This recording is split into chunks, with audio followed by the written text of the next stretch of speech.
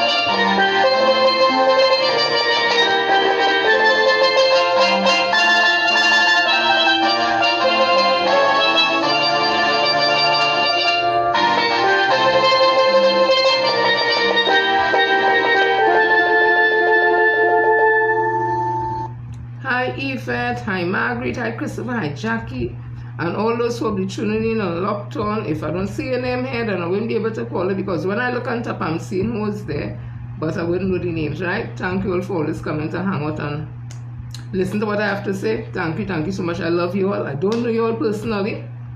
I saw Miss Yvette once, but I don't know everybody else personally. But I am always grateful. Hi Danielle, hi Maria, hi Pammy. I always want to thank you all because you all make this really possible, and I do not like to take things for granted. Yeah. Hi Wilma, I don't take things for granted. Hi Sharon, I suddenly pledge to dedicate my life to the service of my God and my country. I'll honor my parents, my teachers, my leaders, my elders, and all those in authority. I'll be clean and honest in all my thoughts, my words, and my deeds. And I'll strive in everything I do to work together with my fellow men of every creed and race for the greater happiness of all and the honor and glory of my country. And I do love my country. Hi Davison, hi Melka. So let me start the thing, people. I want to say big shout out to Bounce Up Central. Usually they take my my live and they run it on their platform. So I want to thank the directors of Bounce Up Central for always affording me that opportunity, so persons can view me on YouTube. Yes, Papa, on YouTube and Bounce Up Central, and they have a lot of programs there. There's a platform for people who have different things to share and different programming. You have Fearless Warrior there, you have the Dauntless Defenders of, oh gosh, something, but all you know what. So big shout out again. And I also want to send happy birthday greetings to one of my peeps who's always locked on and tuning in. And if anybody else have birthdays, hi Joycelyn, if anybody else have birthdays this month still to come or has gone already, send me a message so that I would know, because I have my birthday song at display. So this one is the Root Fin. Happy and strong Root Fin. So let me get into it. Let me go, Travis. Feeling the sing. I feeling the sing. I feeling the sing. I feeling the sing. Sing happy birthday to you. Sing happy birthday to you. Sing happy birthday. Sing happy birthday. Happy birthday to. One more time, let me go. Sing happy birthday to. Oh my God! Happy birthday to you. Sing happy birthday. Sing happy birthday. Happy birthday to you.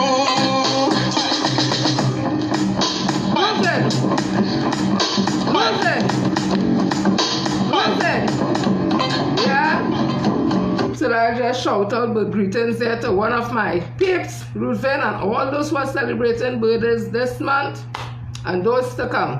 Yeah, so this is the birthday segment. Hi Joyce, hi Judy. I think I said Daniel already. So as I was saying, today is the 1 month anniversary of the UNC having won by default the government, the general election, because all they know, if PNM people had come out, it just needed about 15,003 or 8 or something so to come out. In them 9 constituencies, that were the 9 MPs lost, 15,000 something to come out.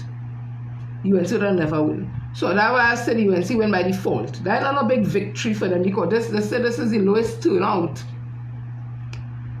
in a long time in voters. And not only that, Kamala Basabi says only win about 400 and something votes, and all of the rest of them, plenty of them, Munilal, etc.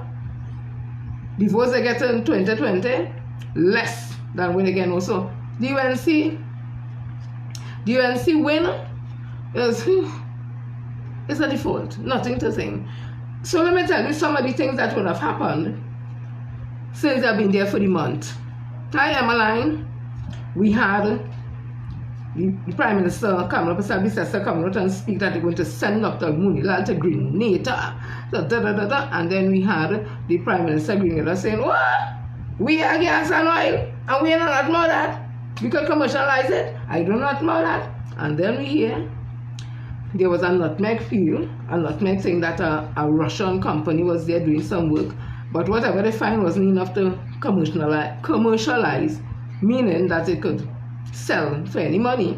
And not only that, if we were to go there to start any drilling again, it will cost money, and that whole process till it reach, if they were to find gas to any type of commercialization, will take about up to 10 years. Yeah, that's the first one. Well, not the first one, this is just one of many. Then the 10% that Felicia Thomas and they were walking around and telling public officers vote UNC because UNC going to 10%. I don't think public officers heard the starting point of negotiation is 10%. I think them just here 10%. Well, we see how that go. I don't know if public officers voted for the UNC, but if they did, okay. Where's the conversation with the 10% increase? We hear now is a 10% starting point, and we hear now they're going to explore options. That is not what I was telling people, Felicia Thomas, but all they get very quiet. Because in my opinion, all they get all they wanted, you and Robertis, etc. Because all they from Wassa, and all the concern was always for Wassa, again in my opinion. All they get them to tear up the whole restructuring of Wassa, everything is fine in Wassa, and all they done with the public officers. So there's no talk again by no public officer about they wanted no 10%. And not only that, it is strange in a month time, you ain't hearing people talking about this suffering. All of a sudden, there's no more suffering in Trinidad and Tobago. Nobody's suffering. Nobody go eat grass. The place is disintegrating. We go come like Haiti. You ain't hear nothing at all. In the last month, you ain't hear nothing. You ain't even see them putting up on the news, the murders, nothing. Everything just calm. You hear people calling they love Trinidad. They don't want to live here because they be second-class citizens. Everything in the world is good now. UNC is in office for the last month. Everything is fine. But under the surface, crime still continuing apace. Public officers still haven't got an increase in their salary since 2013. And it has nothing to do with Dr. Rowley taking the money from the SRC. Because again, I want to tell all them. Kamala Basabi said in 2013 when the SRC came, when she was in office, with the proposed salary, she rejected it. They say it was an insult. The opposition rejected it, the government rejected it. They find it was an insult. The SRC went back and do the work and come back 2024. Dr. Keith Christopher Rowley accepted it on behalf of 900 plus senior public officers and all parliamentarians, including parliamentary secretaries, senators, and MPs, and Prime Minister. Yeah. Not only that, she would have said, when asked by a reporter if she's not, well, I'm putting it my way, people, if she's not going to take the increase in salary. And she said that she can't do anything about it. And then Indira, the one from UE, Dr. Indira from UE, said that they can't do nothing because it was never passed in Parliament. And I played the video showing it was passed in Parliament. And then Kamala Pasabisa said she can't do nothing about that, which is ironic because in 29, anywhere around there, so when there was some increase in salary, she would have talked about the increases in salary, and Mr. Manon would have reverted all members of parliament, everybody back to the original salary, and they wasn't getting new salary. So again, Kamala Pasabisa and lies. It's not me calling she so, it's the thing she's saying, right? So we had that happening.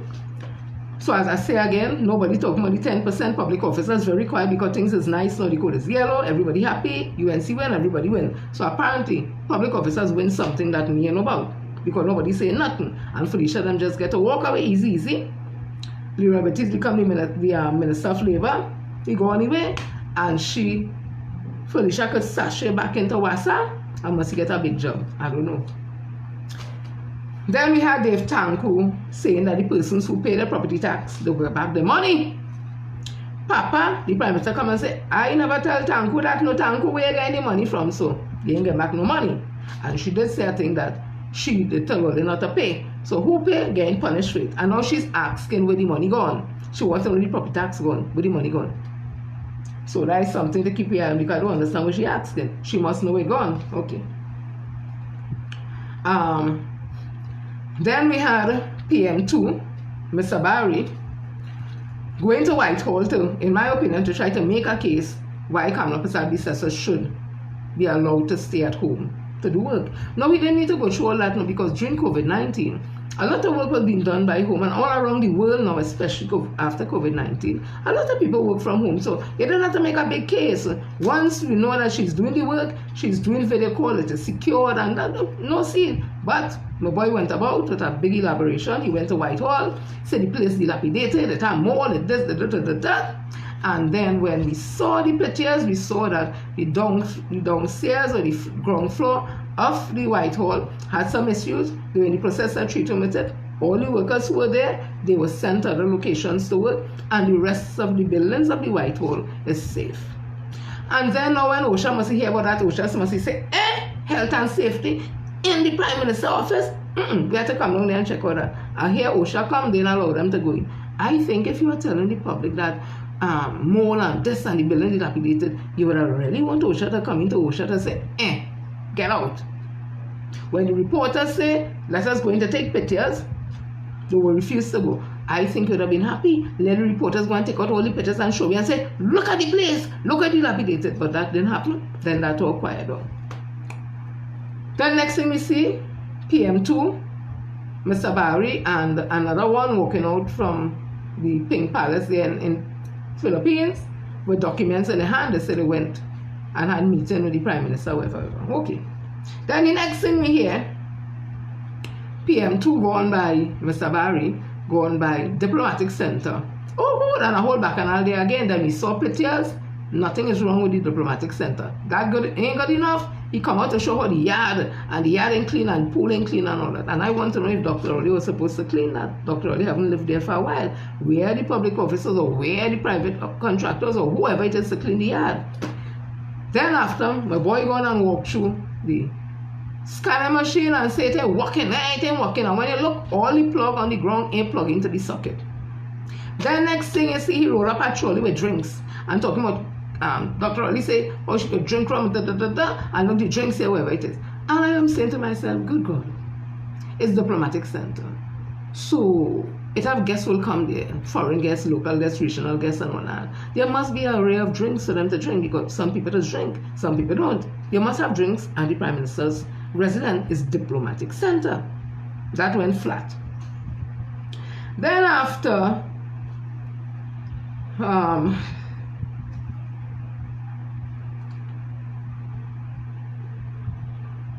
one of the senators, I was reading saying,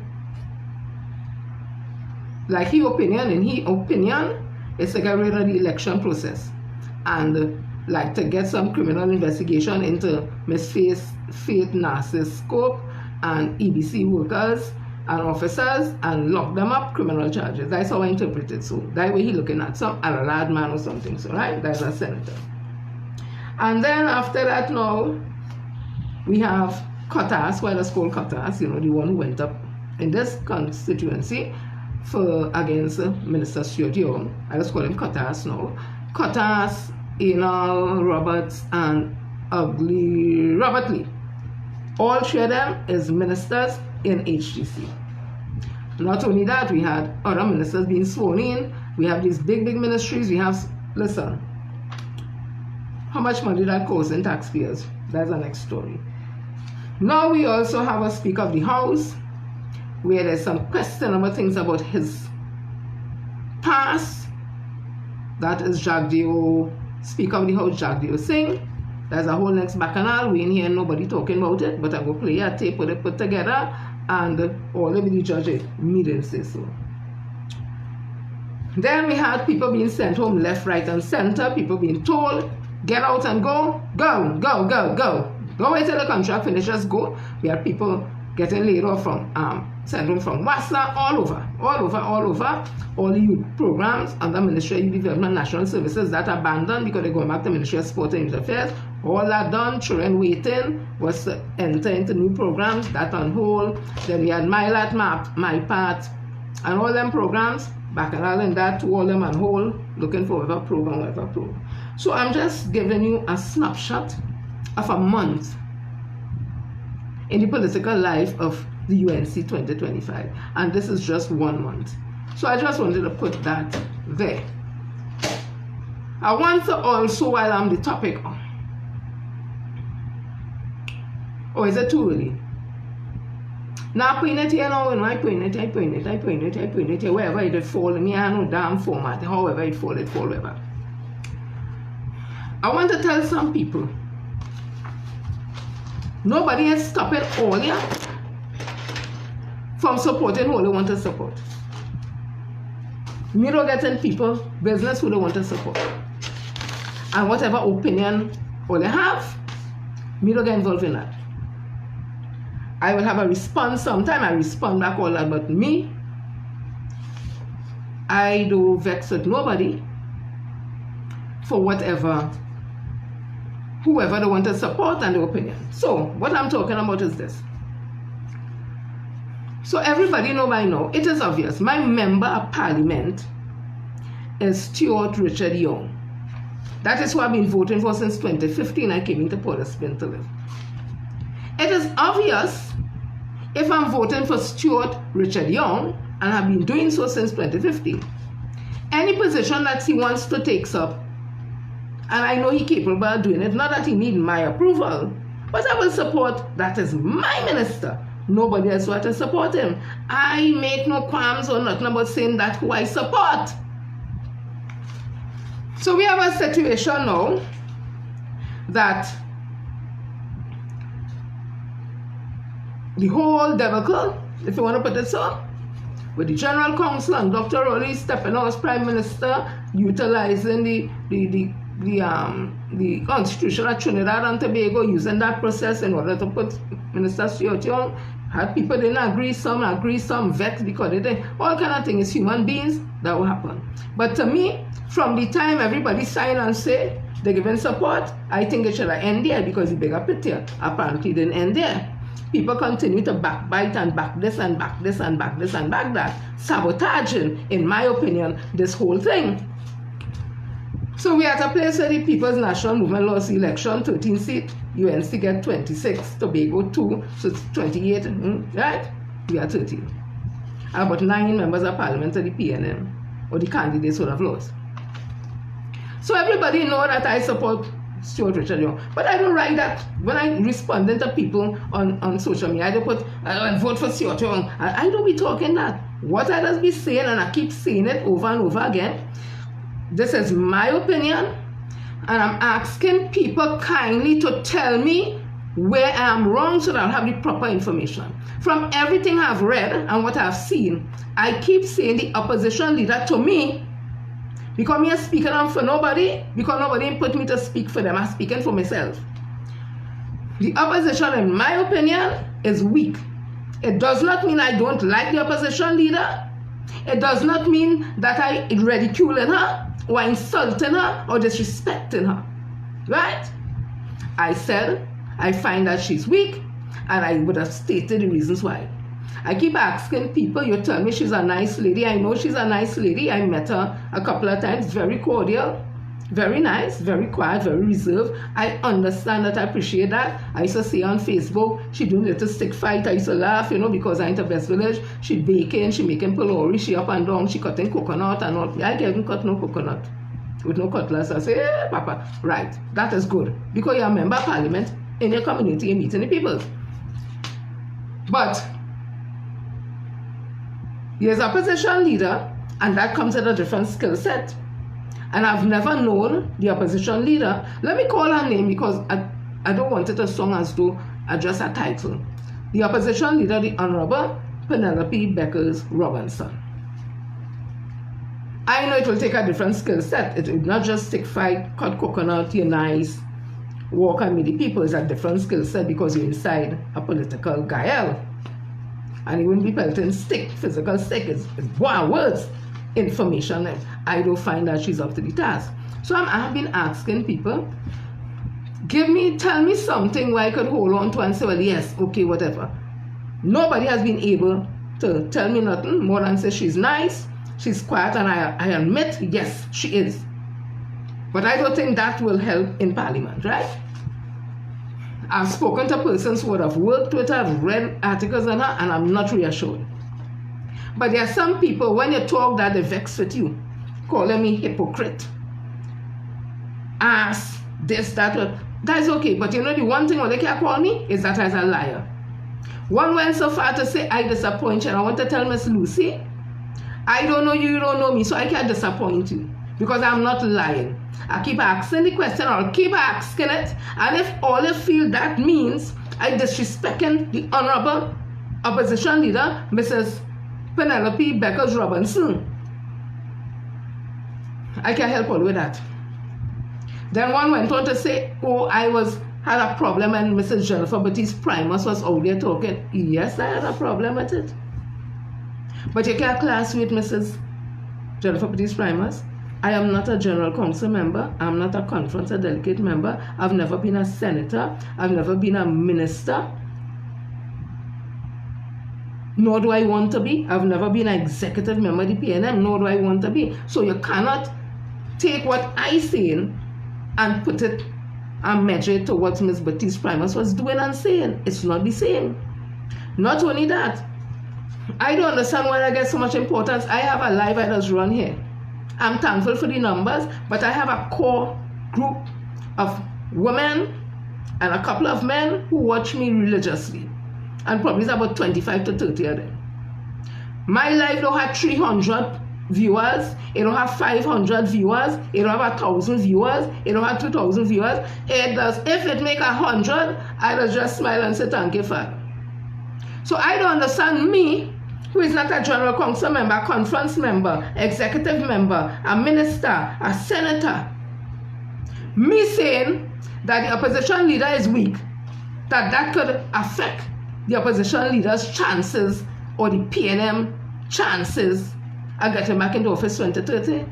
Because I want to tell all you, other people saying what I saying. And I saw somebody put up, because I would have posted where Daily Knock and Tony Lee would have spoken about the same thing we're talking about, the lackluster approach.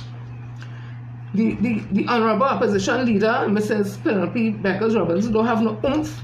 It's thing that I have been saying. So I posted, somebody say, I posted because they're saying what I want to hear. They ain't saying what I want to hear. I don't want to hear that, but it's what I've been saying. And when the same two hosts from 95.5 would have said that about Kamala Prasad's sister when she was Prime Minister, all they didn't have a problem when we posting it all over and sharing it. So what's the problem now? So all who want to call me hypocrite, and I thought my false narrative, I have never spread a false narrative because I'm not in the habitat line.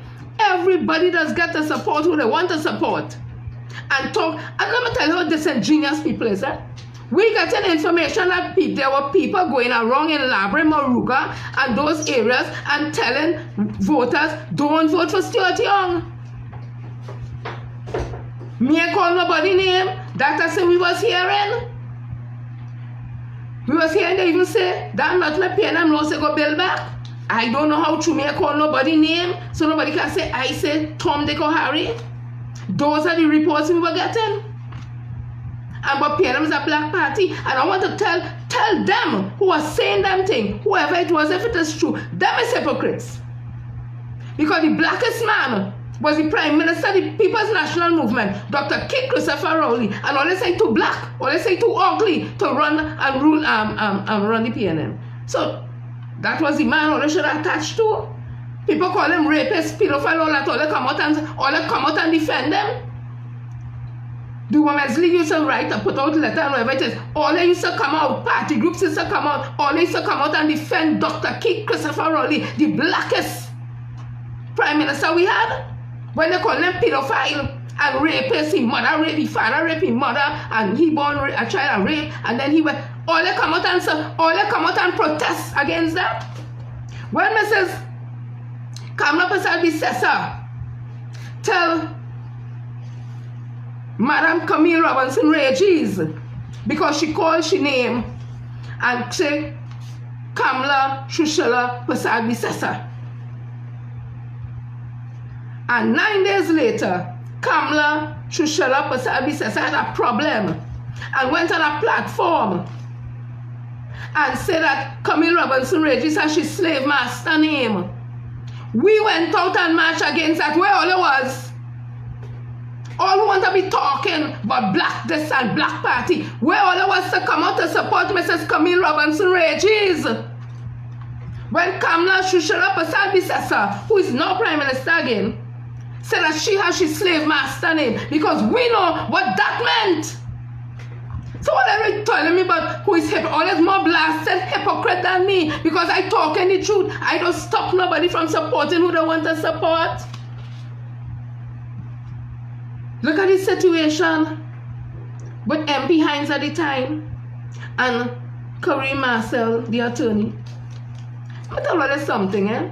People that talk, they talk and all kind of choppiness, but they don't like to stand for what is right. I didn't know Miss Shoma Wilson all that well. I used to support her and she was on radio. If I see her, I say, hey, Miss Wilson, thing and whatever, but I don't know how, like personally, whatever. I felt so honored when she called me and asked me, is that she sent me a message or she called me, I called her back, 1 out of the 2, and asked me if I could come down because Kareem Marcel, her son, was passing the bar. I felt honored. I didn't know I was having nothing. I go along. While I'm down there now, I say, you know what, I'm going to carry this life. And I started to talk to people around. Her grandmother tell me her granddaughter graduated and how it was so hard for the mother and that. And I make a little story thing. And I was right by the door when Kareem Marcel, the attorney from Beaton, walk out. Even before his mother see him. I bring that live. I was right there, giving support. After that, Ishmael started to drag Kareem Marcel all over. I was right there, fighting back on behalf Kareem Marcel, the attorney, and all the other bright boys and girls from Sealards, Beaton, and environs. I always supported Kareem Marcel, the attorney. My issue I had with the situation with MP Hines, and that I felt his handlers, whoever it was, could have handled the situation a little more discreetly. But I said nothing. Me ain't condemn nobody who was supporting, and me say nothing. But I continue to support. I'm happy at the end of the day that he was given the nod to represent that constituency. I didn't like how there was, but I didn't go about and cuss nobody. Me ain't go out and tell nobody, don't say this, whatever the case. So what's the problem now? Me ain't cussing nobody. That was telling nobody can say I'm lying, you know. Nobody can say I'm lying, you know. Call me hypocrite and all that. But all I alone can support who all I want to support. And talk bad about everybody else. But nobody else mustn't support nobody. And don't care say nothing. So the person who tell me that Kamala Persad Bissessa cut Stuart Young ass, I think you sound more like an ass in saying that. Because Kamala Persad Bissessa and the UNC ain't getting no new votes. All the talk and say with the PNM and this and that, they didn't gain no new votes. In fact, people like Rural Munilan and others, they lost votes. The votes they get in 2020, in 2025 was less. Kamala says only when she constituency got about 400 and something votes. So what cutters? The cutters, Stuart Young. I don't die no cutters. And when you look at the 9 constituency where PNM lose, it only need about 15,008 votes in all them constituency for PMS to be back in office again. So what cutters is that? How it could be a cutters when a party win by default? When PNM people refuse to go and vote? How that? They no cutters? They not put a thing about, so you telling me about Stuart Young get cutters? Stuart Young win the constituency and even when it had more votes than the opposition leader, the Honorable Penelope Beckers Robinson. Come now, man. Do better than that. If Ole cannot support or cannot come with any information or evidence to show that what I say is not true,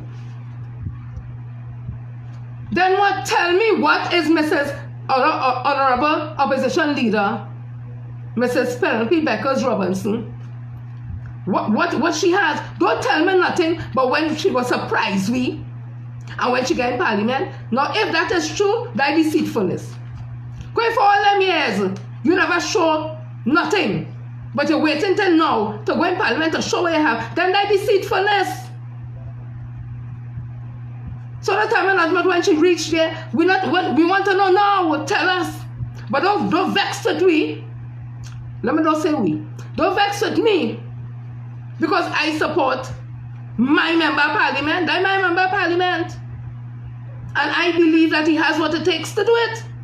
But if PNM people want the opposition leader, the Honorable Mrs.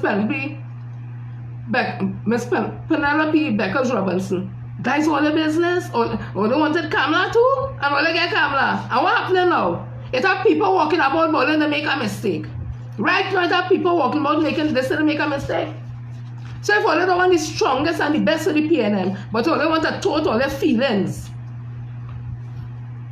All they want to tote all their feelings. Because Dr. Ronnie just dropped Stuart Young and all they want to get over that. And don't study the best party to run this country is the PNM, and that they should be ready. Because who will suffer is Indian people children, Chinese people children, Syrian people children, African people children. All of we children and children will suffer. Because what? All the vex out Dr. Ronnie just dropped Stuart Young and all that. Stuart Young is born here. He's not a citizen here. And show me anywhere in the history of the PNM it said that it's a black party. What is true is a lot of people of African descendants vote for the PNM, but show me anywhere in the history of PNM that PNM is a black party. So the group of them are going around, them is the black elites and the black caucus. Them could run the party and run the run what? Run it to the ground? All the members had an organization called the Black Caucus. That was a beautiful thing. I didn't buy a jersey because I tell myself I said I'm waiting for the next shoe to drop. Not because I wanted it to drop, but because I understand the players around them thing. That could can't go. I went to the Black Caucus. My husband also me buy jersey and buy one face. I said, give me my $100. I'm not buying no jersey. What happened to it? That was a beautiful experience. Something can come out of that grocery, hospital, all kind of thing. What it is all they do with it? All in a store black conveniently to fool people. So that is my conversation on that. So allow me, if I have information and evidence to show that our honorable opposition leader, Mrs. Penelope Beckers Robinson, is a strong woman. I'm not talking about physical strength, where you can take vitamins and eat and iron and all that. No, I'm not talking about that. I'm talking about to stand up and do battle, political battle in the parliament, be very coherent, be very intelligent, be very this conversation that you don't have to talk loud to be sure. Of course, we know that. It have people that talk very, very soft, but when they don't talk, it cuts you like a knife, because trust me, you get the message. I'm not seeing Miss Beckers doing that. So don't tell me nothing again when she reached there. You have to exhibit those things from before. But if all they have evidence that in her ministries that she worked, she would have done ABC, let me know so I could talk about it. Let me big shit up. If all you know she do this, let me know. I go big she up on my show. In the absence of that, left me alone. If you don't want me to comment on your page, block me from your page. You have the right to do that. I won't vex. But don't feed me no bullshit. That I is no hypocrite. And I spreading false narrative. Who the ass says all to tell me that is all you spreading false narrative? I'm more hypocrite than me, boy. And with all I say, let me vex it all you. All you don't understand how to chew gum and speak at the same time. Another one tell me, just because I support Stuart Chung, I think, listen to me. If my member of parliament do shit, I letting him know respectfully. He don't have to take what I say. You think if my member of parliament didn't have what to take, and there's no evidence, information or that to show he could do the work, and he going up for the work, you think I'm going to encourage him? I was one constituent not going to encourage him. I go say, no. You ain't had the skill for that. I not like all you know. Me like all who afraid to talk because they want something, getting something, should get something, whatever it is, you know. Me is not one of them, eh? Me know how to stay in the corner and handle my stories. Because me are no little babies. Me are no babies to mine. My training is professional, them working, they can handle the stories. And me living over with rain wetting me. So I don't know about other people. Me ain't afraid, once it's the truth I talking, to have an opinion and speak it respectfully. But you see, on my show here, I could say what the hell I want because I just have my receipts to show, and why I don't know others ask that question. So I rest in that day. So when all they see me put up my post, and I said the opposition leader weak, come and show me. Show me where she's strong and she can do this and that, so I will be able to start to write that up, put it up. Come on, Miss Ron, big ship. In the absence of that, leave me the hell alone. And with all that, I still love all you. And your mother is a girl cut or something, still love you. Same thing.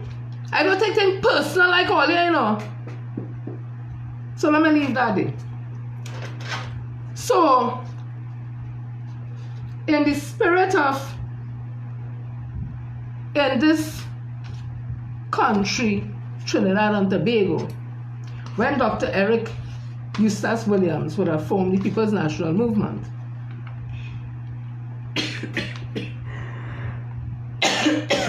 excuse me.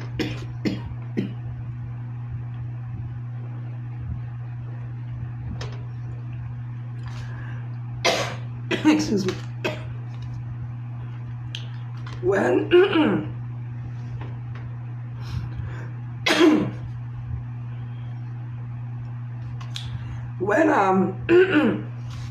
what I got my minute? Give me 1 minute.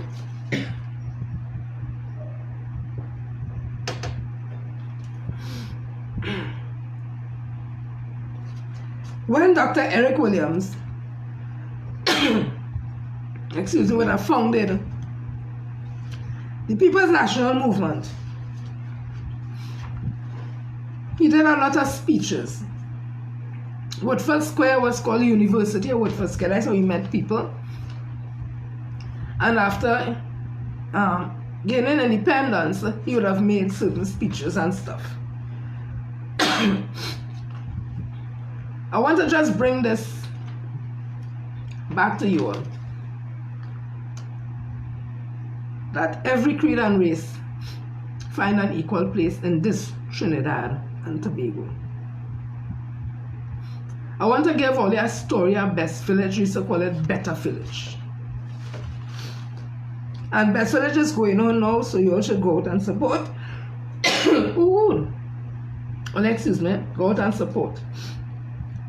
Best Village will be in Tobago this weekend. Excuse me. Ooh. So those in Tobago, go out and support your groups. Go and give that support to our culture, our heritage. So I'm reading this here. This was in 2013. Somebody would have written the Daily Express. It says here, shortly after independence, Prime Minister Dr. Eric Williams embarked on a Meet the People tour throughout the villages in Trinidad.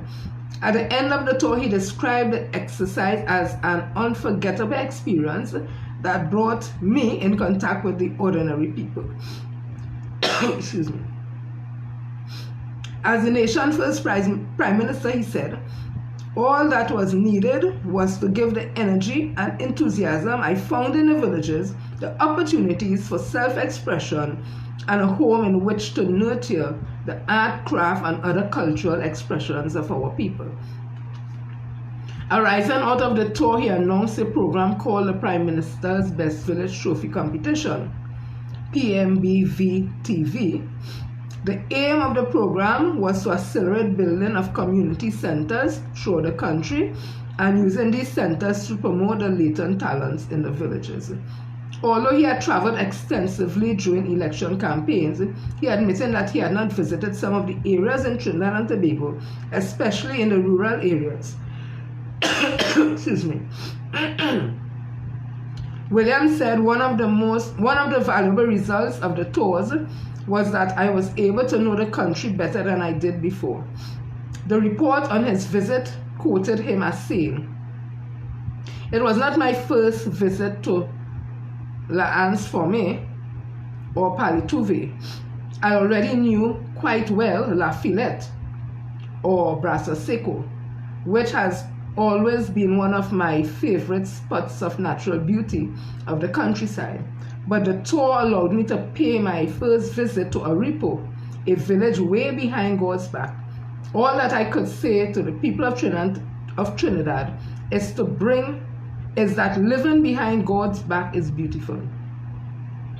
During the tour, Williams met with village council members, women's group, youth groups, sporting and cultural clubs, and agricultural credit societies.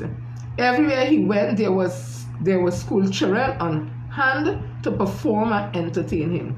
Inspired by this, Williams went on after the construction of community centers and other projects to establish in earnest the Better Village program under the direction of Joyce Wong Sang. I will come to that. In a recent interview said, under the direction of Joyce Wong Sang, his sister-in-law and cultural activist Norman Fullerton.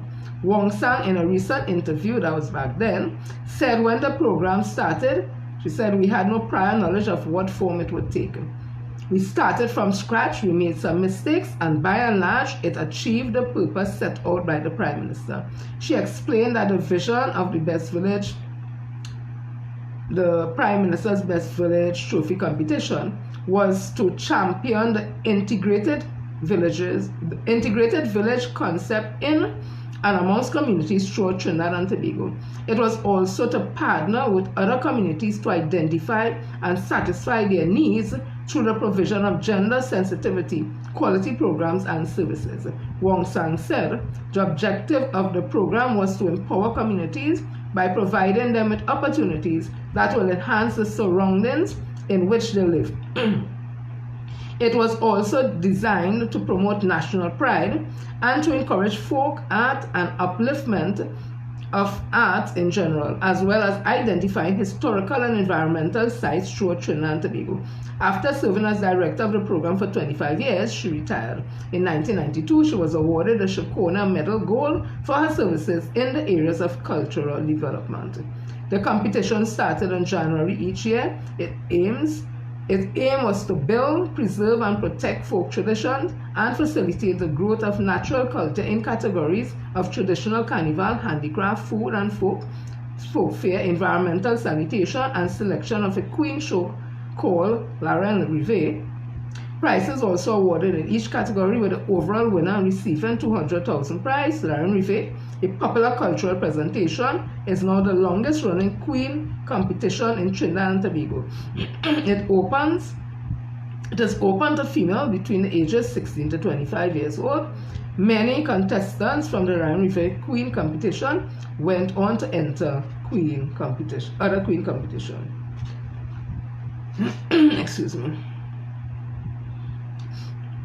Let me read this here now, because I'm coming to something. So this was January 18, 2017, Daily Express. It says here, the late Best Village pioneer Joyce Wong Sang was fondly remembered yesterday, that is back then, as Trinidad and Tobago's patriot, national icon, cultural ambassador, and consummate professional. Such was the measure of Wong San's life that 4 people paid tribute to her at a celebration of her life at St. Teresa's Roman Catholic Church, Woodbrook. Wong San, 85, was born in 1931 and died on January 14. Among the orators was her son Christopher Wong San, niece Erica Williams Cornell, daughter of the late Prime Minister Dr. Eric Williams, deputy political leader of the People's National Movement, Joe Neal Williams, and Minister of Community Development, Culture and the Arts, Dr. Nayan Gatsby-Dully. Gatsby-Dully brought greetings on behalf of the Prime Minister, Dr. Keith Christopher Rowley, and the Cabinet. So let me show you all something.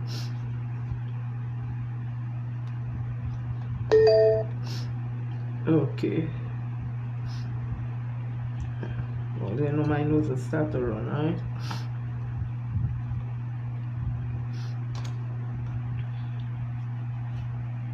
If you can see here, those are Dr. Eric Williams, the late great Dr. Eric Williams' mother and father.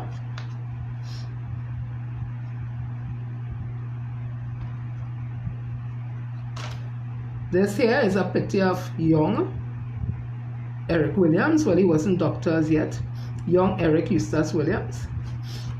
And, excuse me, this is a picture of the late Joyce Wong Sang, who is called the mother of Best Village, patriot of our culture. Right?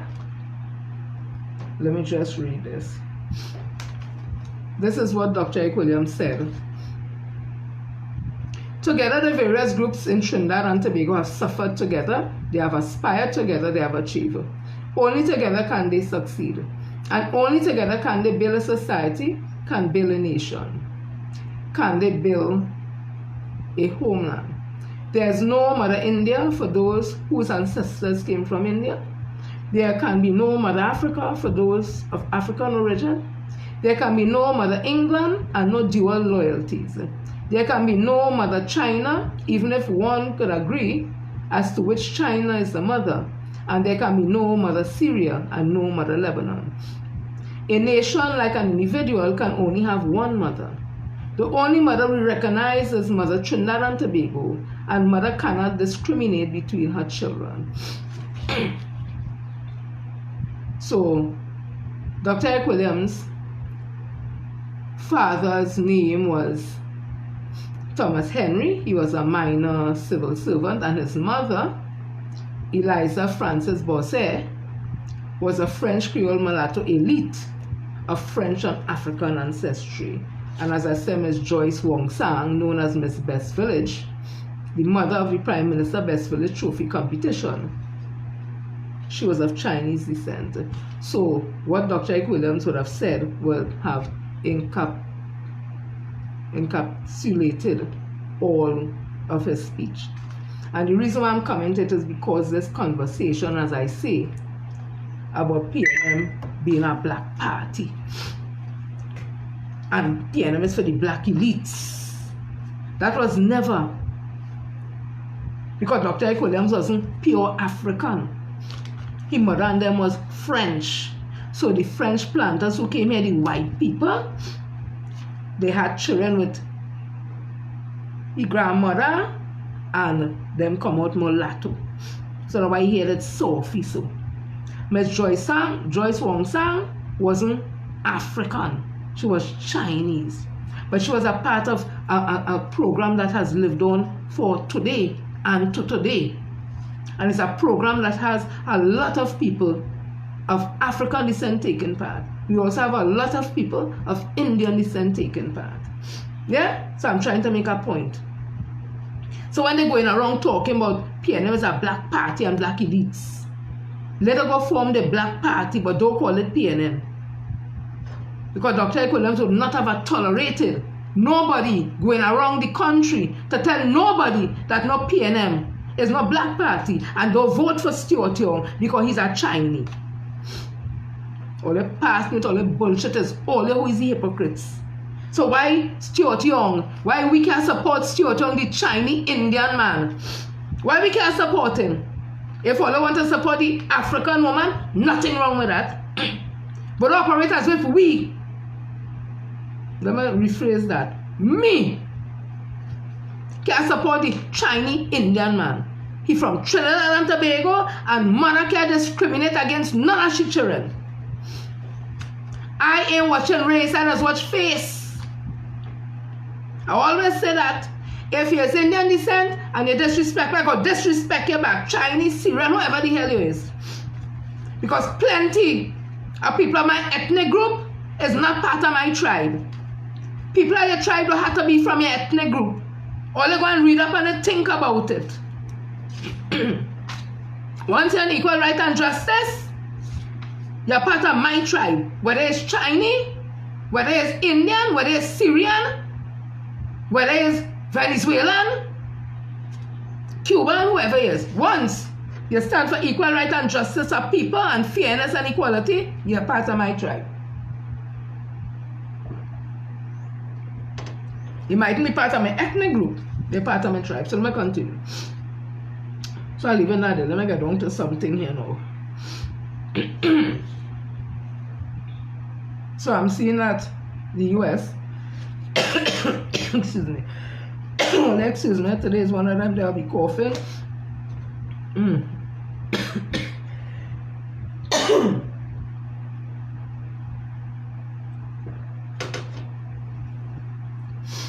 Oh gosh.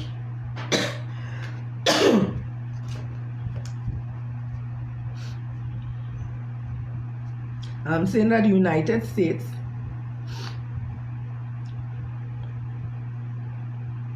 has halted student visas appointment and plans to expand social media vetting. And I saw this 13 hours ago on BBC.com. US President Donald Trump administration has ordered US embassies around the world to stop scheduling appointments for student visa as it prepares to expand social media vetting of such applicants.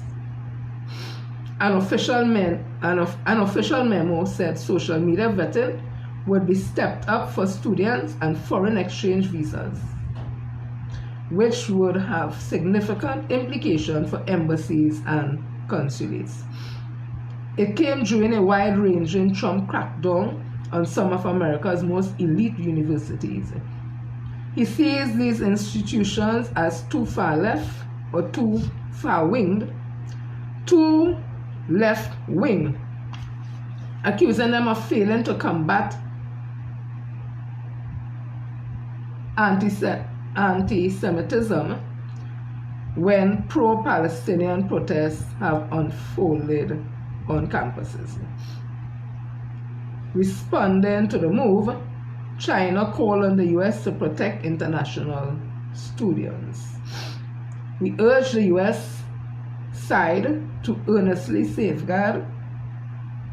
Oh, like a minute. Lord, this is stress.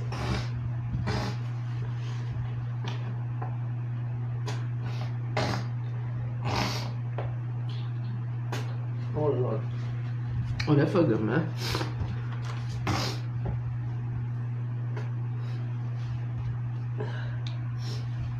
Pray that all the children only don't suffer with sinus. It's not a nice thing.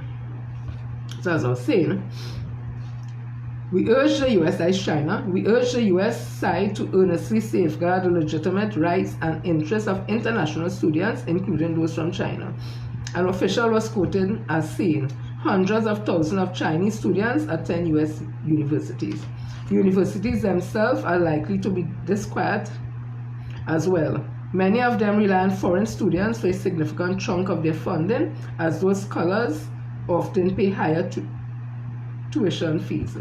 Foreign students who want to study in the US are usually required to schedule interviews at a US embassy in their home country before approval. State Department spokesperson Tammy Bruce told reporters on Tuesday, "We take very seriously the process of vetting who it is that comes into the country, and we are going to continue to do that." Right, so that's just a little part to read here. So that is a whole next drama.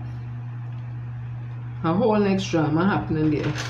And when I see Mrs. Passar Bissessa behavior with the University of the West Indies down at DB, it make me kind of, yeah. So I had started, because Friday is Indian Arrival Day, so I started to read in commemoration the many pictures of India. And as I was saying, because Mrs. Passar family ancestors came from Bihar. Bihar is a rural, very rural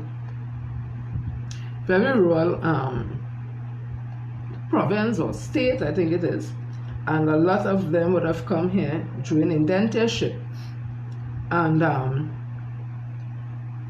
it had, because of the injustice of the caste system, they were Dalits, they were the lower round of the spectrum, social spectrum. They were not a part of the four Varnas, and they were called untouchables, and they were doing jobs in India that the higher castes didn't do, like touching bodily fluids, removing carcass from the street, cleaning cesspits, and taking up garbage from the street and stuff like that.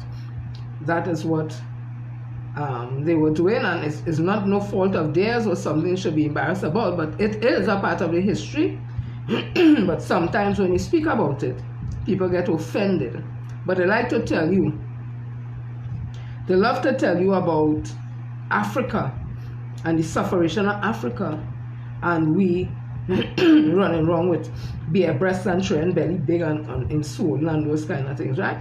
Which, if you were to look at Africa today, it's far from what they are saying. But as I was saying, I would have told you all about the image of just now the Yaman and excuse me.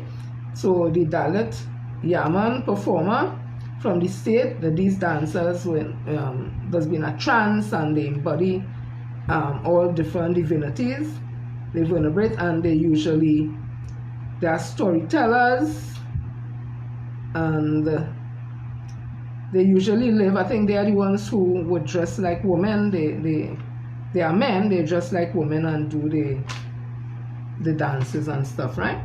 So that's it. Then we had the, who they call the rat people.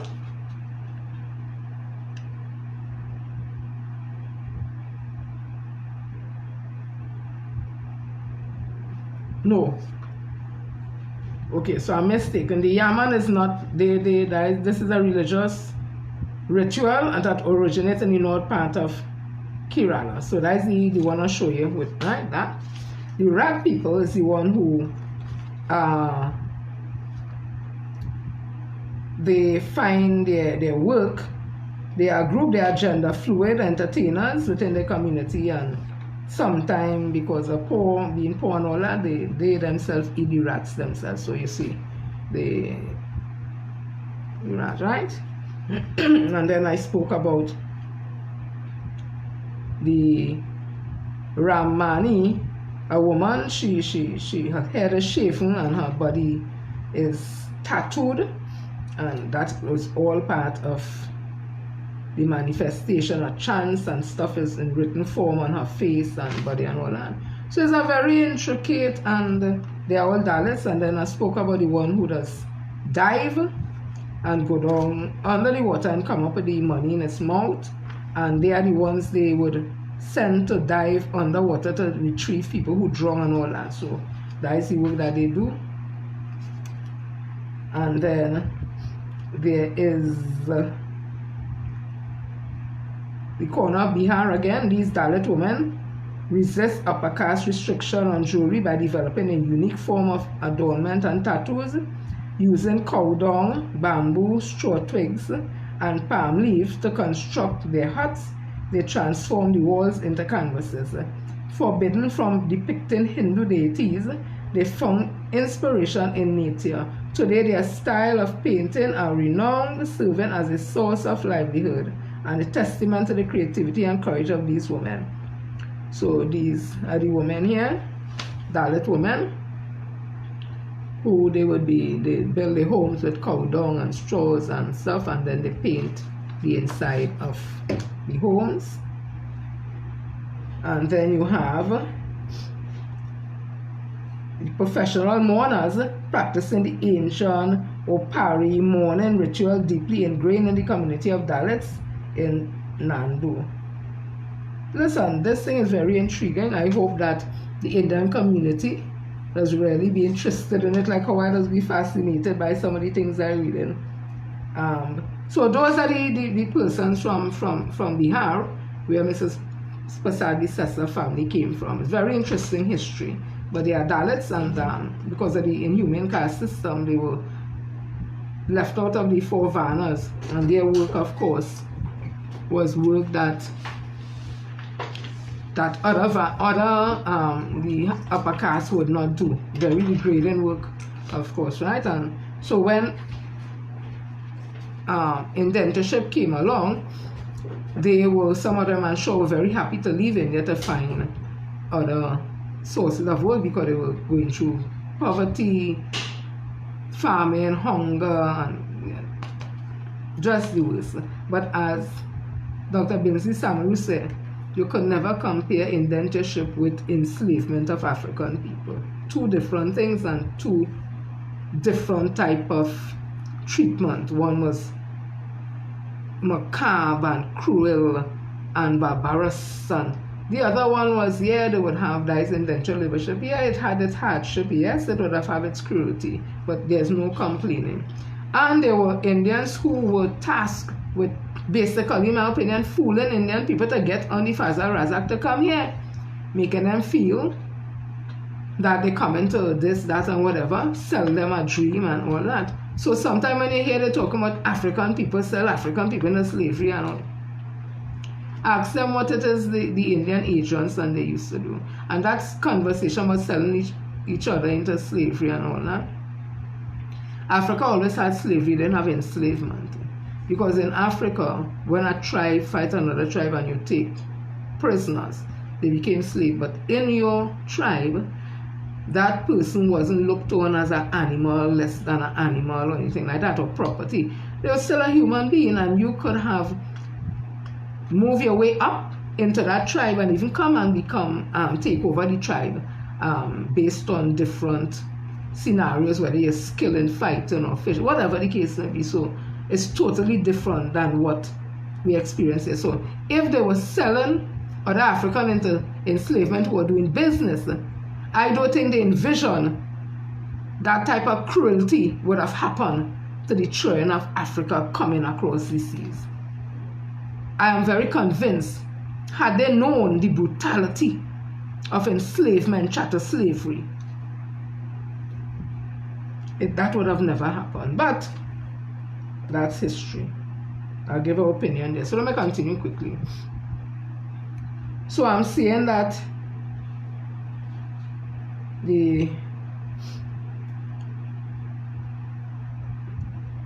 this was yesterday in Ghana. The US sanctioned businessman vying for Ghanai's presidency.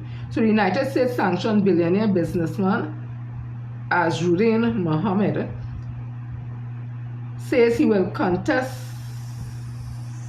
The United States sanctioned billionaire businessman Azruddin Mohammed says he will contest the presidential elections in Guyana scheduled for September the 1st this year.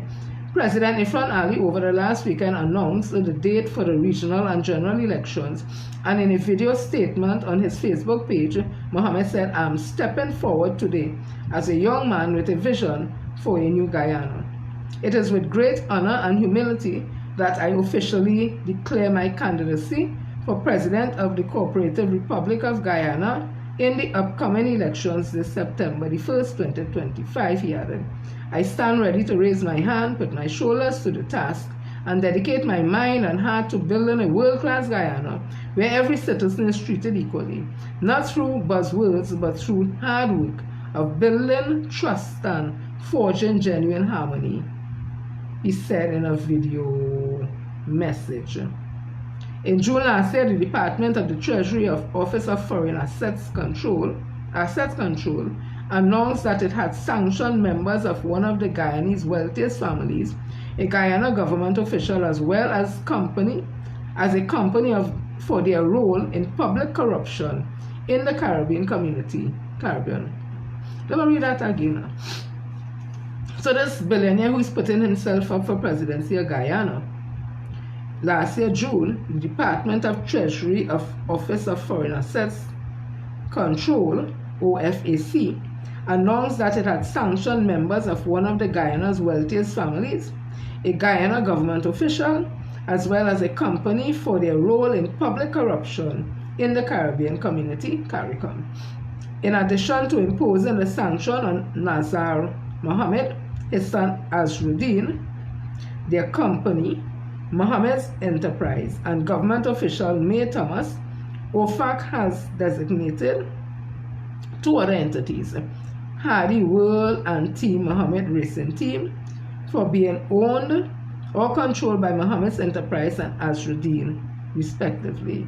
It said that these individuals and entities are sanctioned pursuant to Executive Order 13818, which builds upon and implements the Global Magnitsky Human Rights Accountability Act and targets perpetrators of serious human rights abuse and corruption around the world. Under Secretary of the Treasury for Terrorism and Financial Intelligence, Brian E. Nelson said then that the action underscores our commitment to holding accountable those who seek to exploit Guyana's underprivileged gold sector for personal gain. The U.S. authorities say gold is one of Guyana's main exports, but it remains a highly fractured industry, with small-scale gold mining operation in Guyana occupying a major share of the country's gold production. So, this is the gentleman who he and his father and their companies have been sanctioned by the Treasury Department for corruption, alleged corruption, etc. He is putting up himself to be, I think, the president of Guyana, or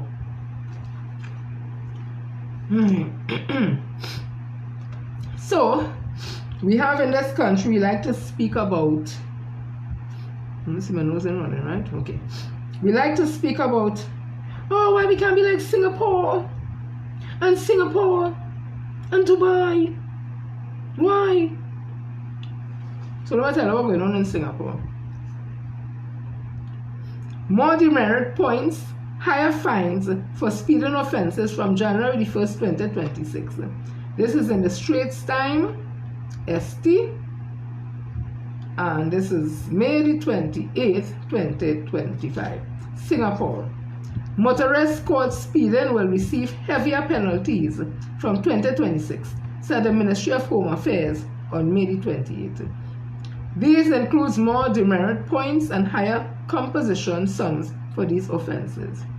Motorists who go over their vehicular or road speed limit can expect to receive between 2 and 6 times more demerit points.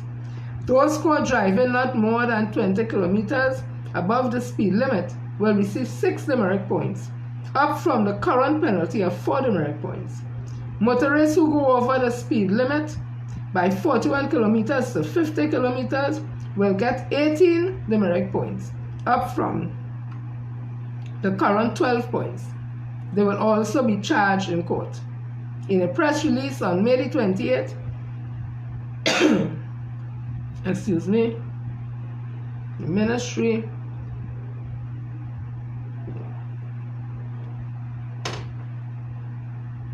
Ministry of Home Affairs, MHA, excuse me, which part I reach? In a press release on May the 20th, Ministry of Home Affairs said the composition fines will increase by $50 to $150 depending on the severity and the type of vehicle.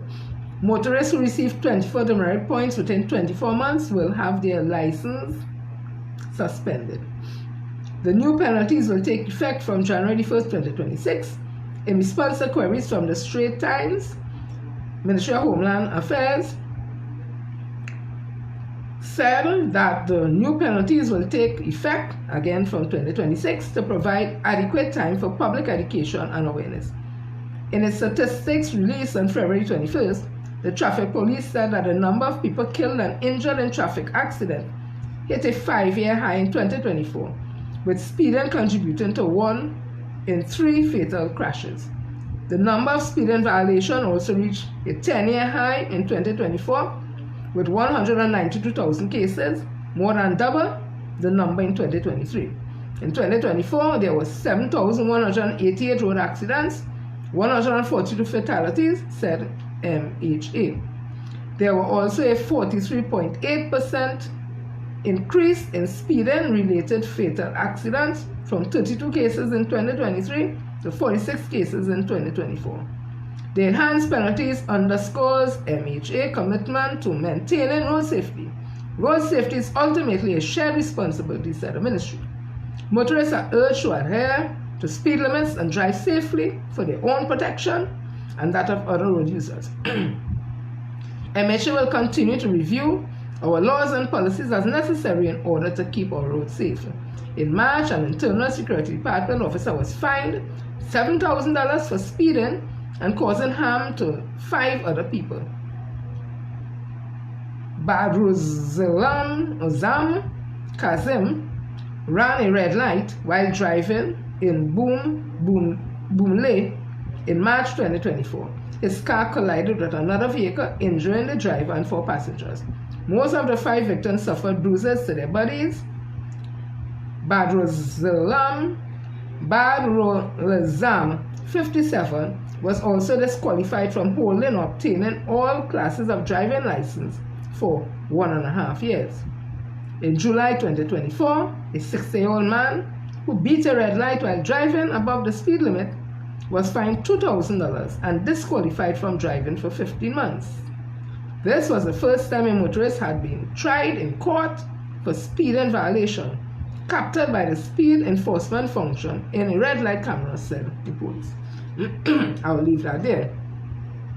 Because while in this country, people are happy that they get rid of the demerit point system. In Singapore, that they always want Trinidad and Tobago to come like. Them have the demerit point system. But they don't understand the way how Singapore has been able to keep the society disciplined and in order. A lot of dictatorship would have gone on. I just say, go in Singapore and chew chewing gum and throw it on the ground. Go and litter in Singapore now. Go and walk the road all kind of piece of clothes and all kind of thing, and ball is your right, is my body, and I could take. Go just wind up all in the road and cuss people just about it's freedom of speech. Go now. All is a bunch of jokers, some all there, yes. Always want to be like other country and don't want to do the things the other country does do to bring the country in order. So I'm saying also,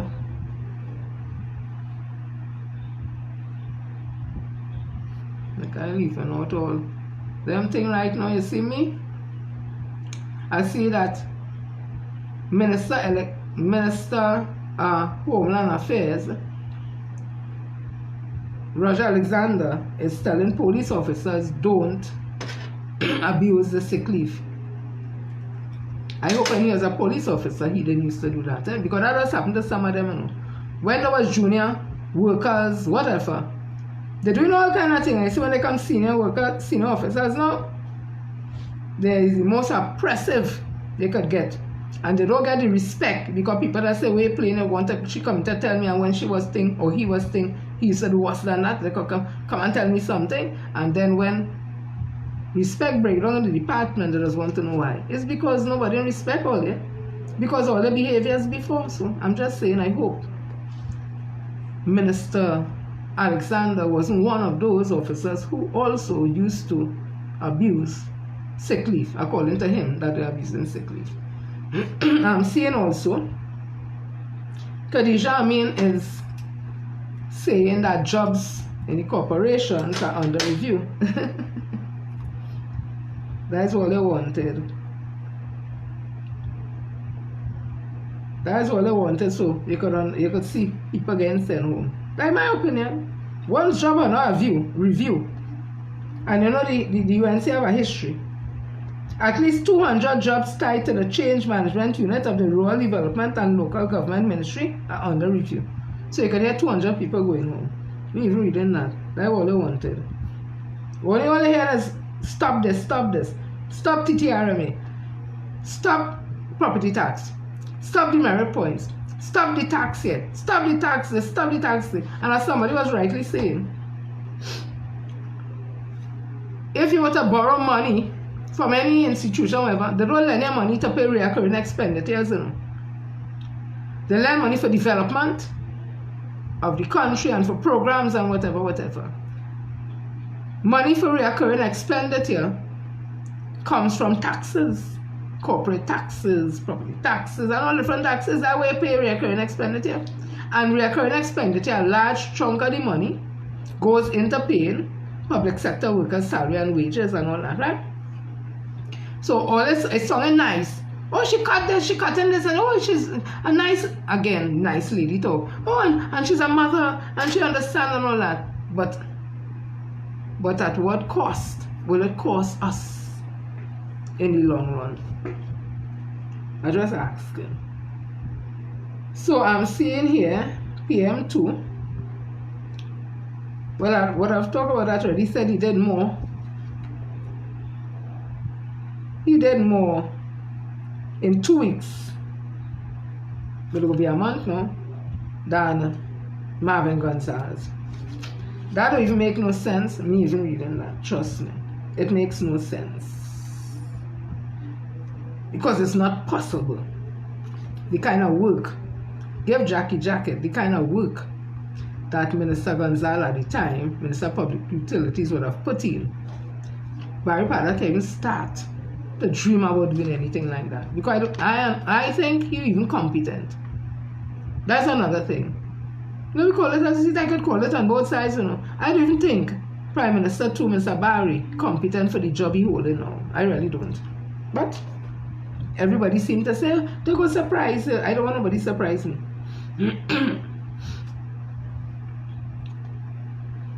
I'm also seeing that senior public officers are yet to receive any correspondence from the Defense Ministry mandating them to register 3 of the recently returned deportees on the public sex offenders website. So they have no authorization to do it, and I find that to be disheartening. Because if they could register Trinidad and Tobago citizens and put them on the sex offenders registry so that people will know, hey, avoid these people, whatever. These Trinidadians coming back here should have been automatic that their name also be added to the sex registry department. So instead of talking about sick leave, and the next one talking about he didn't want a ministry, and talking in some video talking about giving young people work, don't worry, you don't have to have passes, don't worry yourself, you go in a order and all them things. These are things always supposed to be on board with, because more will be coming. I'm just saying. So let me continues because I have something to say. So John Jeremy, somehow people who does look like we boy, oh God. 21 hours ago in the Guardian, committee to shape stand your ground laws expected by next month. He excited about that we come to do stand your ground laws. And people were like, yeah. I traveled in a car with a woman recently, but I can't wait to get my gun and shoot somebody. And I just keep contacting. While he welcomes the involvement of attorneys in shaping stand your ground legislation, Minister of Homeland Security Roger Alexander is adamant that voices from all walks of life must also be included in the consultative process for any law or policy. On Monday, Attorney General John Jeremy told Guardian Media that the Ministry of Homeland Security was tasked with assembling a committee to consult on the creation of stand your ground legislation. Jeremy said he anticipated that once the committee was established by the end of June, recommendation would be laid in Parliament after the upcoming mid-year budget review. Stand your ground legislation has been popularized in the US, which allows citizens to use deadly force rather than retreat if they are in a specific place where they are allowed to be, their homes, if they believe they're in danger. Excuse me. During a political meeting in Cuba in April 2023, then opposition leader Kamala Persaud announced that it was her intention to bring stand your ground legislation to combat home invasions if the UNC was elected. Speaking on Guardian Media yesterday, Alexander said he anticipated that the committee will be formed within the next month. He said it will consist of attorneys, police officers, and the public to guide the structure and mechanism behind the law. He noted that while they will provide suitable or valuable insights, attorneys alone will not allow for a full development of the policies. Many times we often create laws for citizens based on just being an attorney. But look at it this way. The attorney would know the loopholes of a defense or a prosecution limitation for it. He noted that the public insight would also be valuable, as he felt the need for them to include in matters that directly affect them. I would have asked why we're not hearing the Honorable Opposition Leader, Mrs. Penelope Beckers-Robinson, why she's not saying anything on this. And I was told, people abusing me, that nothing come, she ain't get nothing yet. So basically it didn't come in Parliament yet. So I was saying, so you need to wait until it reaches the Parliament to see what they bring in.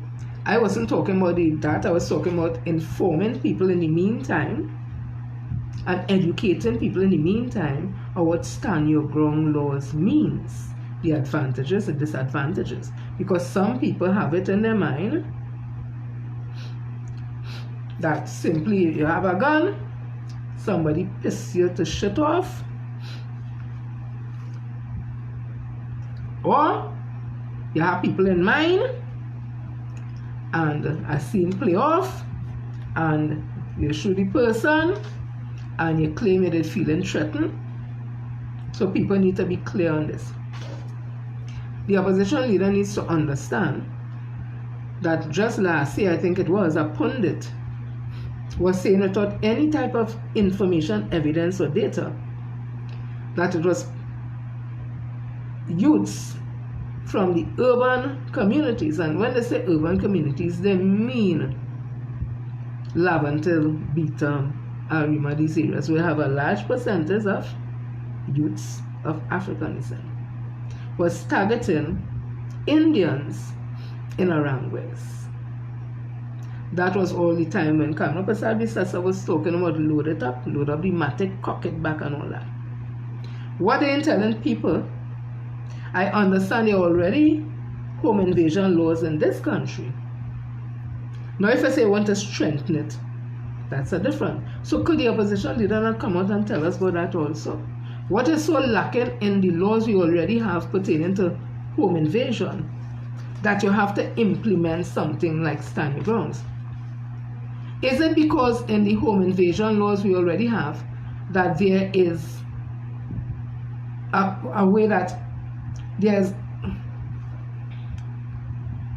you can retreat, you could de-escalate a situation, so you can run, you can hide if you have a safe room and get out of it, rather than stand up and say, I go give you lead?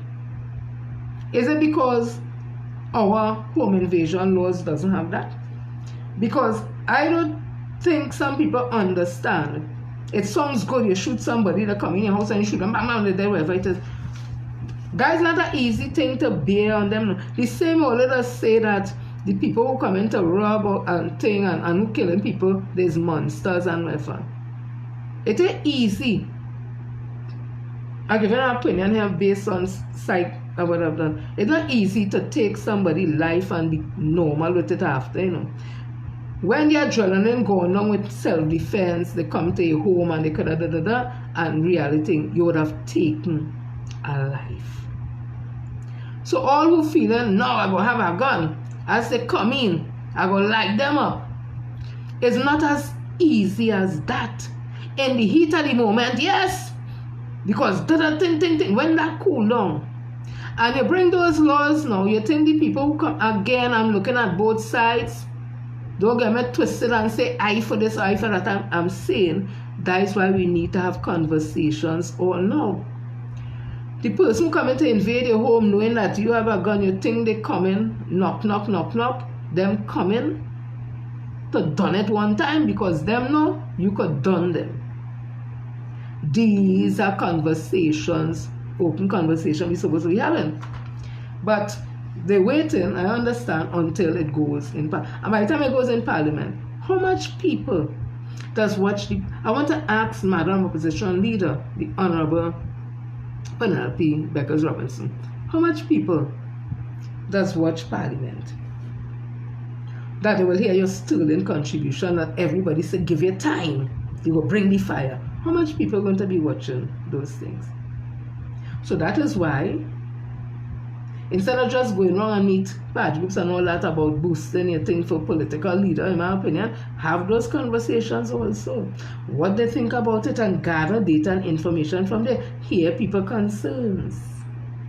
Because we start to think in terms after we heard the pundit talk that, so if you as an African person, African descent, end up walking in Westmoreland or Ellerslie Park or anything, not that you're going to thief nothing from nobody, wherever, but you might be passing it to come out on the next road, or you're going to legitimately look for somebody, that somebody could see you in the area and say they feel threatened because they see a black person, because they know Weezy face a crime, and shoot them and declare stand your ground. Those are things we want to know if it could happen.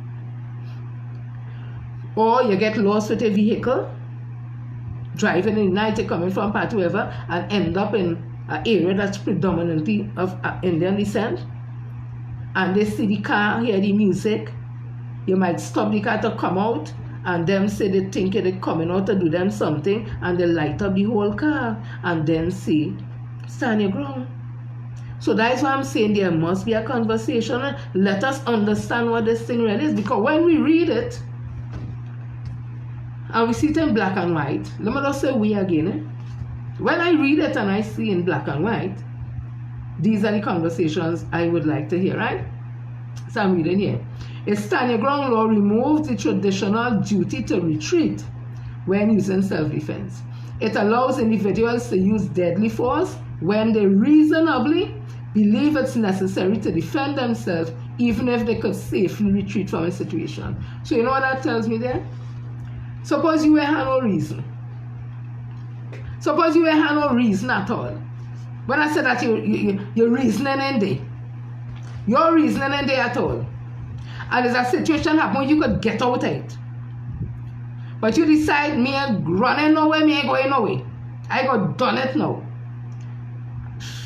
That's what I really want, and then turn around about the defending itself. You all need to be careful with the lines all they want us to cross, and because we cross it, we can't come back across it. And just remember, we have 1.5 million people living here. Traditionally, if someone could safely retreat from a threat, they had a duty to do so before using deadly force. These stand your ground laws, these laws eliminate the duty to retreat in certain circumstances, particularly when an individual believes they're in imminent danger. The key is that the individual must reasonably believe that the use of deadly force is necessary to defend themselves.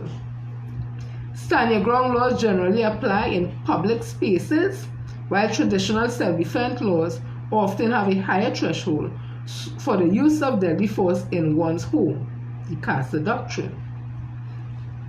Some stand your ground laws also include provision that if a person is in the process of unlawfully and forcefully entering or attempting to remove against their will from a dwelling, residence, or vehicle, they are presumed to have a reasonable fear of imminent peril, potentially further reducing the burden on the individual to prove self-defense. You hear that?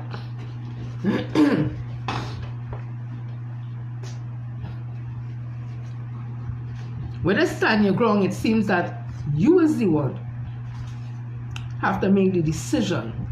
Not the police, not nobody else. You is the one who make the decision to stand your ground or not.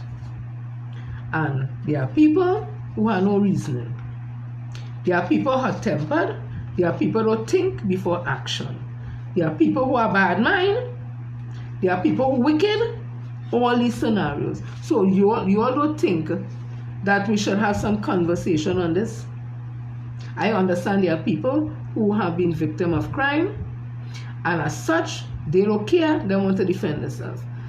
I'm sure there are persons who would have lost their loved ones because of crime, and all they're interested in is being able to defend themselves. I hear that, I understand that. But it goes more than that. Stand your ground laws, which allows individuals to use force, including deadly force, that's another explanation, in self-defense without a duty to retreat, are primarily found in the United States, particularly in the states level and in some countries like France. United States.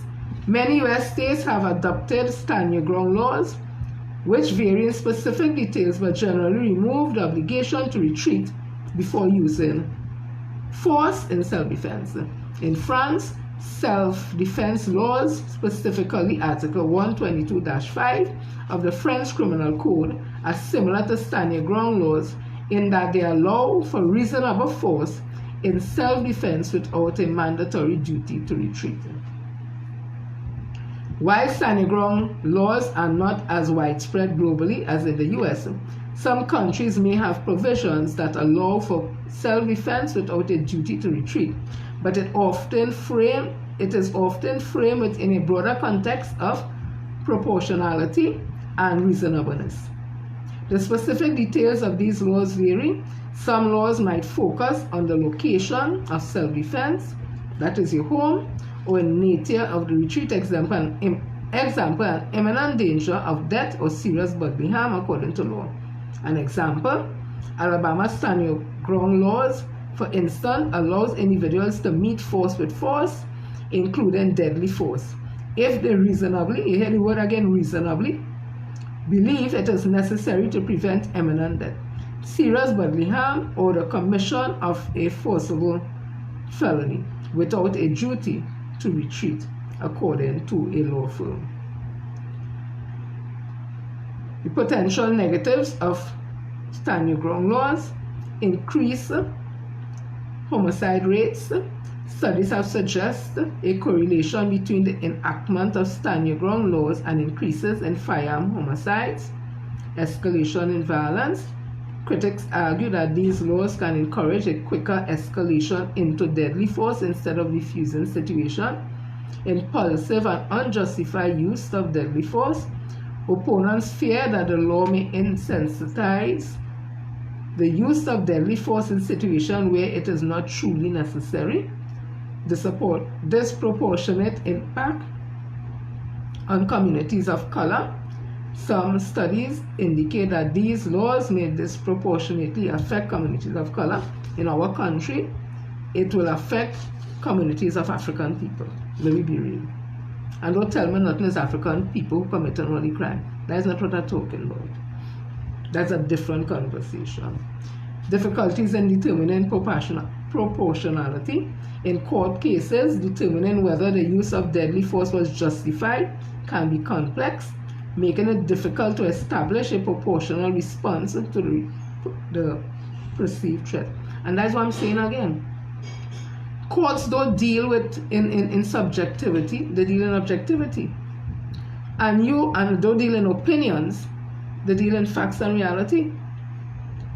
So if you say you was reasonably sure that you were under imminent danger, and because of that you stand your ground and you shoot the person or persons, whatever. When you go to court, it's not a slam dunk case. They have now to show whether or not you would have had the right was to adopt stand your ground laws, and then those are things that people need to come and tell us about. Is it that if you use the stand your ground laws, you don't have to go to court again? That is it. You just tell the police, I was feeling reasonably like I under threat, and I take in front before in front take me, and that is the end of it? Or do we have to go to court? Could somebody come out and tell us that, and not wait until it goes into parliament where people ain't gonna be watching and we don't understand anyway? Come communities and talk to us now. Something is so hard for people to do that. I'll just read this area here. U.S. stand your ground laws do not cut crime but risk public health safety. And this was in www.ox.ac.uk. Stand your ground laws designed to protect individuals who actively defend themselves from crime have not improved public safety across the United States, according to a new study in the American Journal of Public Health. In some states nearby, notably Florida, such laws have led to increases in violent crimes and homicides, and evidence suggests the application of legal protection under those laws may intensify racial inequalities and criminal justice. The Oxford-led research team, which includes the University of Pennsylvania, the University of Toronto, conducted the most comprehensive review of the impacts of laws which have been adopted since 2005, expanding civilians' right to use deadly force in self-defense without first attempting to retreat. No evidence of protection and increases in homicide for states where stand your ground was enacted.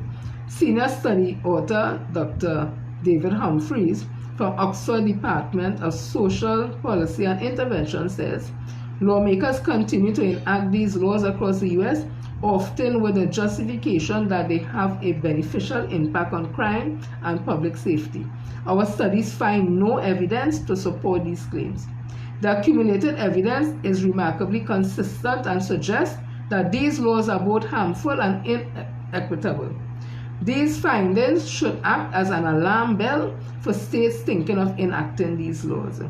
The team examined evidence that 25 studies in the United States have described the impacts of such laws and other expansions to self-defense laws on violence, crime, and on firearm use.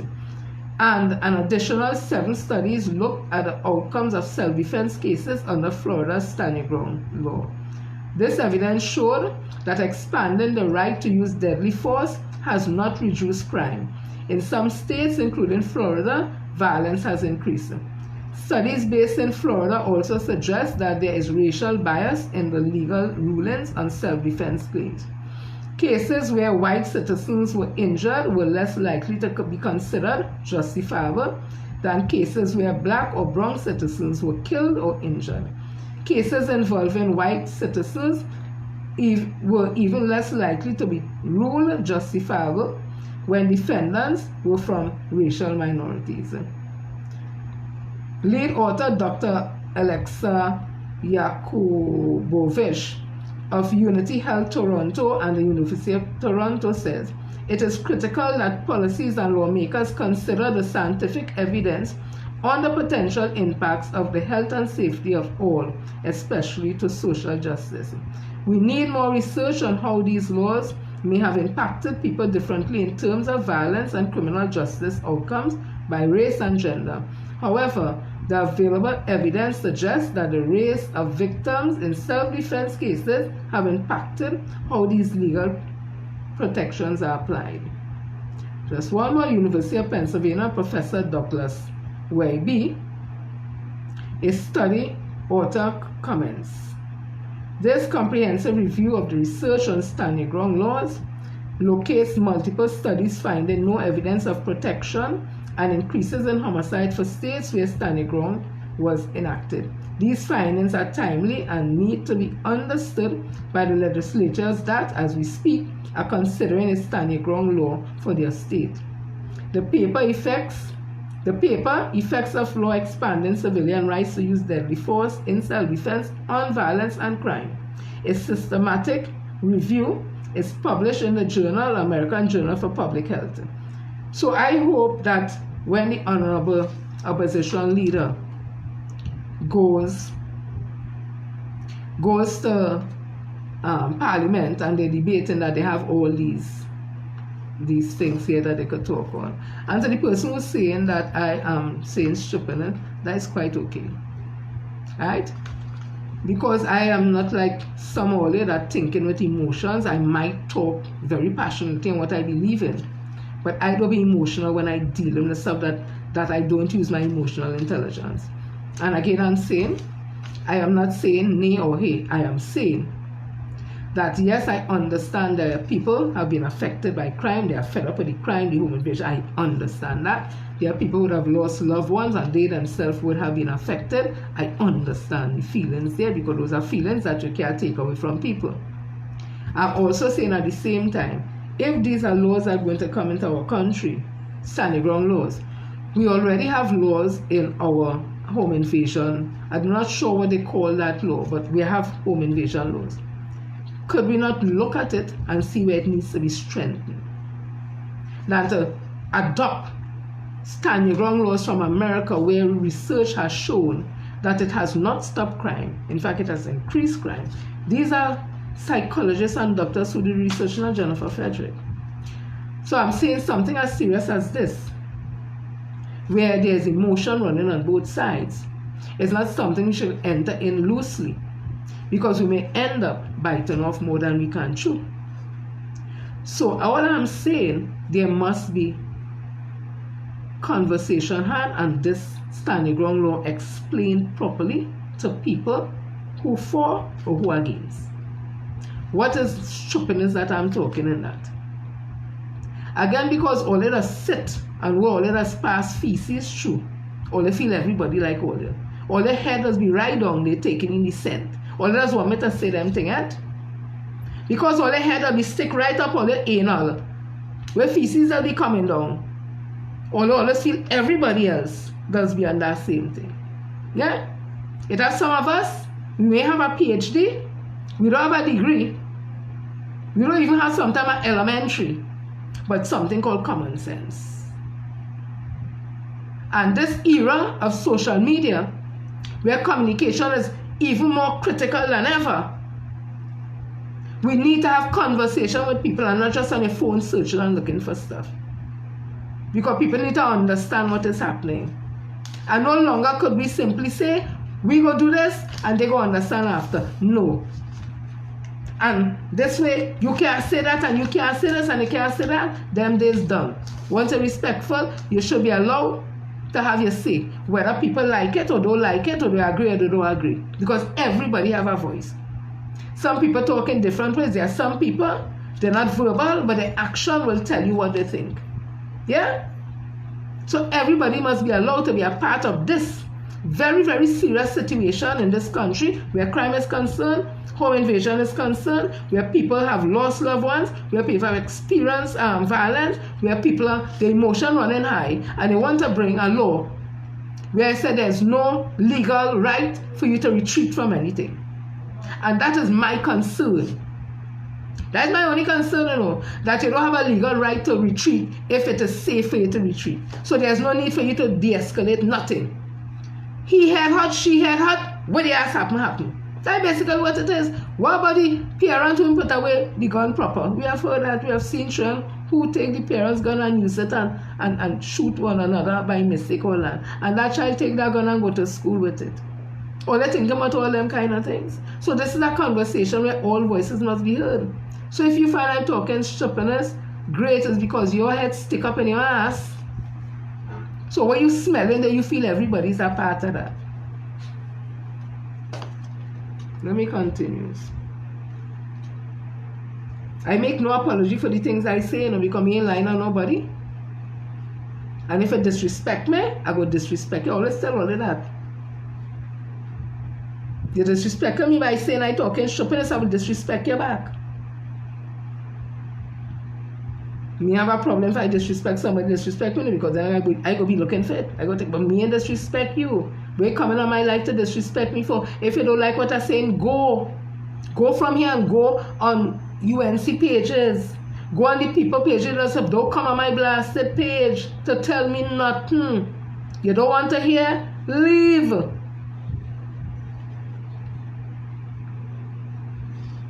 So,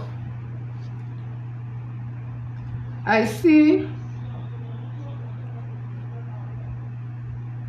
and this touchy way all they have, nobody can talk. But the opposition leader, as they talk about the opposition leader, it's some don't say nothing, and don't say all this. As again, I will keep saying, my voice, you know, not no important thing in the PNM that nobody had to take me on. Me with my little bit of people that's come on my life and all I mean, that's important. When Miss Baptiste Primus and Lee Hunter them was talking, it's them all they have to talk to and tell them stop what they're doing. Them is big thing in the UN, in the PNM, not me. And all the others and them.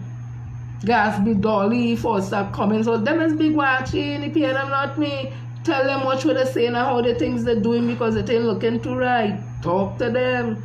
It's them creating the problems, not me. We hear Mr. Ashton Ford say, who was a general secretary, who has a long-standing general secretary and a long-standing member of the PNM, who has institutional knowledge of the PNM. Again, if the man coming with information that nobody is saying that he talking, that he telling a lie, what you want me to do? Not listen to what he's saying? He say, it are people who voted in that election there where they choose Dr. Naim Gatsby and Embert and them. It's people who wasn't eligible to vote. Me and here they say he lie. But they continue anyway. So when we hear them kind of talk, it's them all they have to talk to. It's them creating problems in PNM, not me. When you hear that the opposition leader just caucus with 6 of the members who win the seat, the members of parliament who win the seat. Caucus with them 6 alone, and they vote. And the others, they know nothing. The next 6, they know nothing. We didn't come in PNM and get that. That the conversation will come out. Talk to her about what she do. Talk to them about what they do. Why didn't caucus with all 13 people, including ourselves with a big 13? So how come I could be the one causing problem? Me? We hearing all them conversation, people talking. The education officer talk about, oh, when they talk about the membership list, oh, the party group, this and thing, all kind of big, long, fancy thing. I see somebody put up and said that don't happen. That process you're talking about, it don't happen in my party group. Come now, man, it's all they creating problem because all they're not telling the truth. And people calling all they out.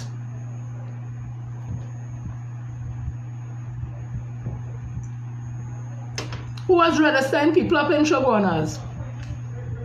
During the general election, April 28th, who was registering PNM people to join the PNM up in Shogunas? All them talk coming out. Me talking them talk. Me know nothing about them thing. Excuse me. Who when they go in and vote, getting them the paper in the internal election and telling them who to go and vote for? Me? Them talk coming out. I know nothing about them thing. Talk to people who doing them thing. It's them causing problems, not me. But what the hell I hearing here, boy?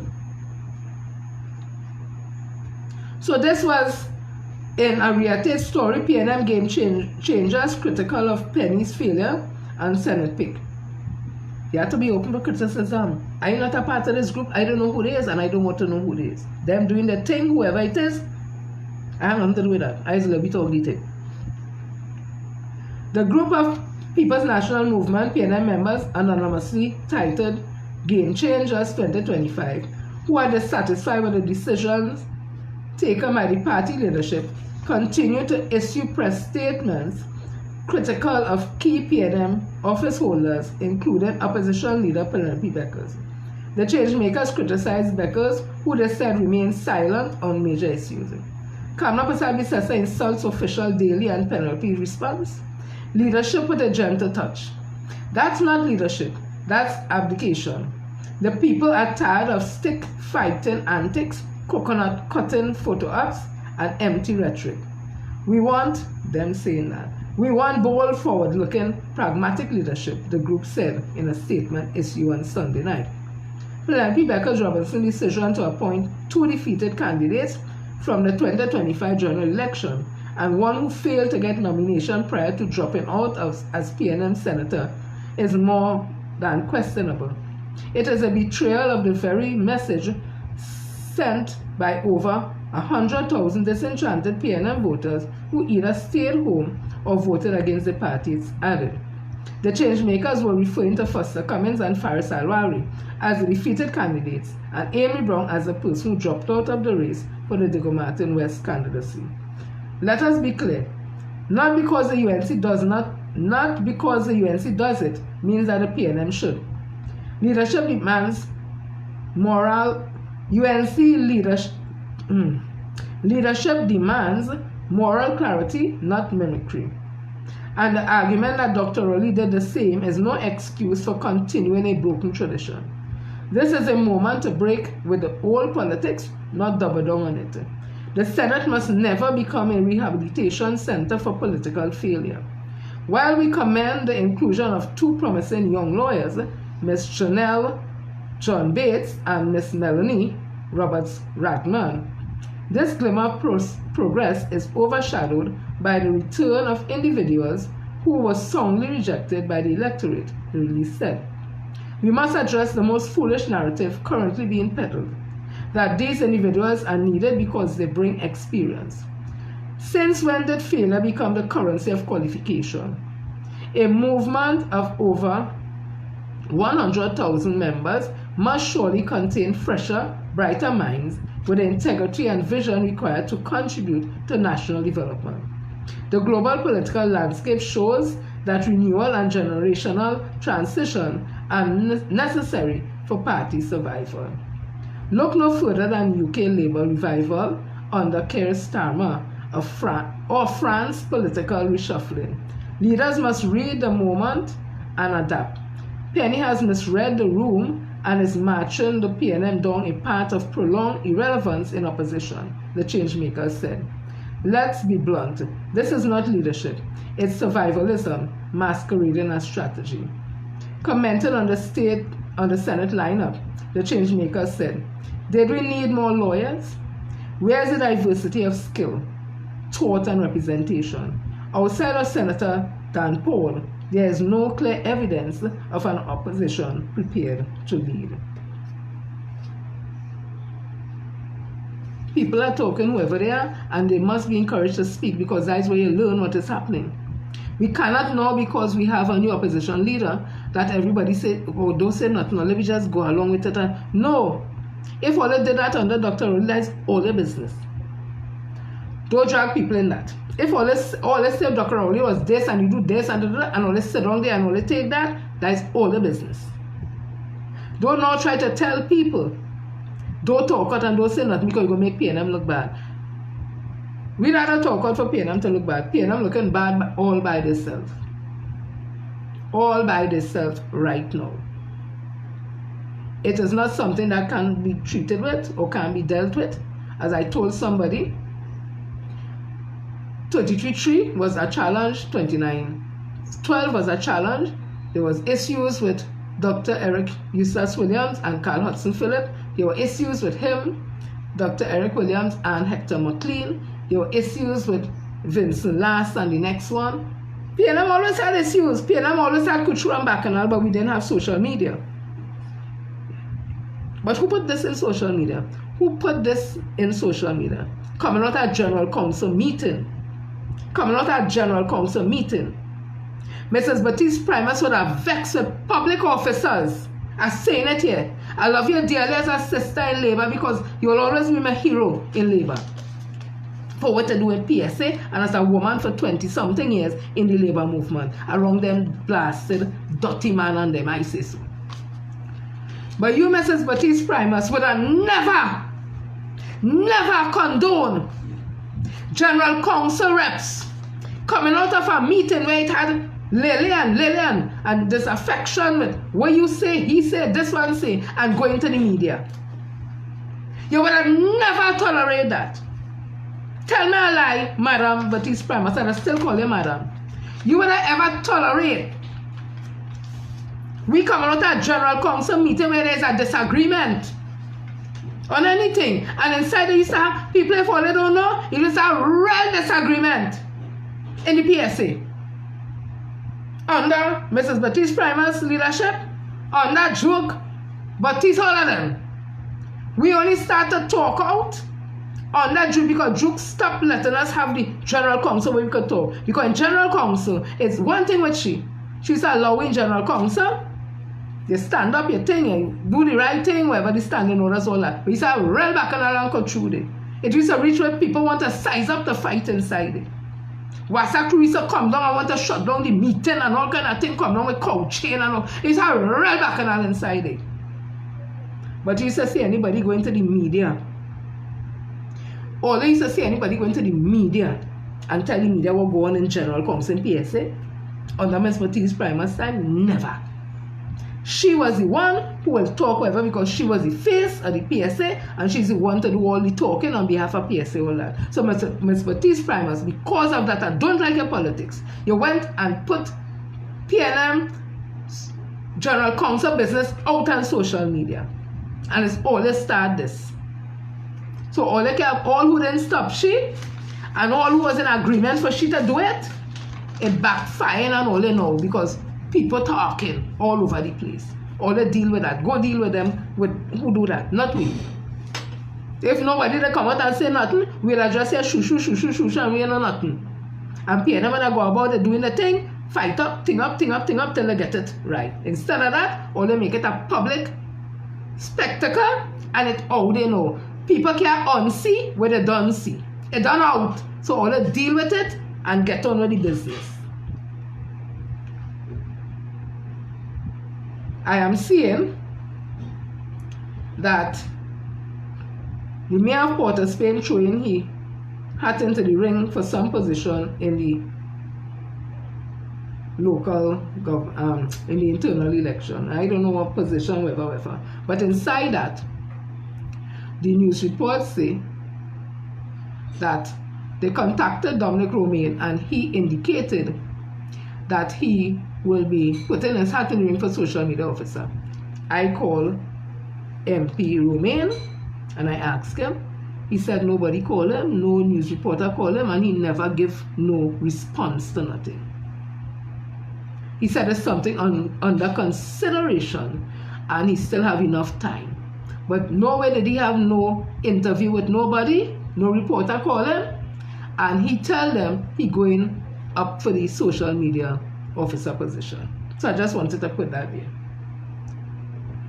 This is one other thing that again, the opposition leader ain't saying nothing, probably she waiting until in Parliament.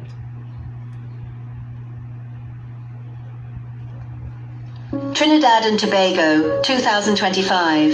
A new speaker for Trinidad and Tobago's House of Representatives has been appointed, Jagdeo Singh. But who is Jagdeo Singh? Remember 1999? A 33-year-old Jagdeo Singh, then an attorney, faced grave corruption charges. He was accused of soliciting and receiving $40,000 to bribe a magistrate and a prosecutor, aiming to secure bail for his client. Caught in a police sting operation, he was arrested and granted bail, a solemn promise to the court. But instead of honoring that promise, Singh vanished.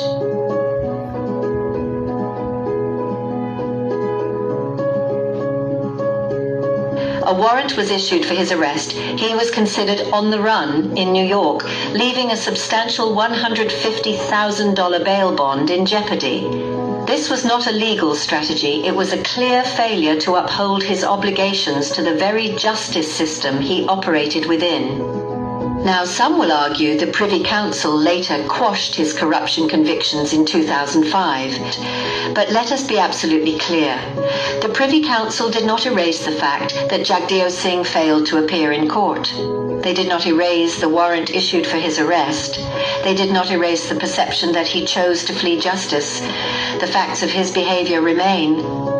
How can a man who once disregarded Trinidad and Tobago's courts now preside over its parliament, often called the highest court in the land?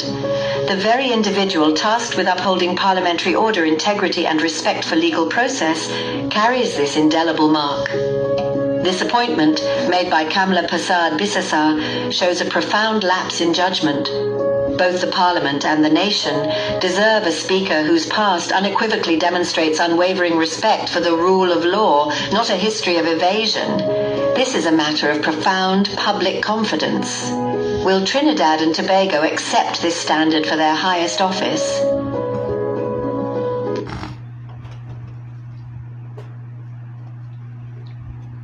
I want to ask the opposition leader, the Honourable Mrs. Penelope Beckles Robinson.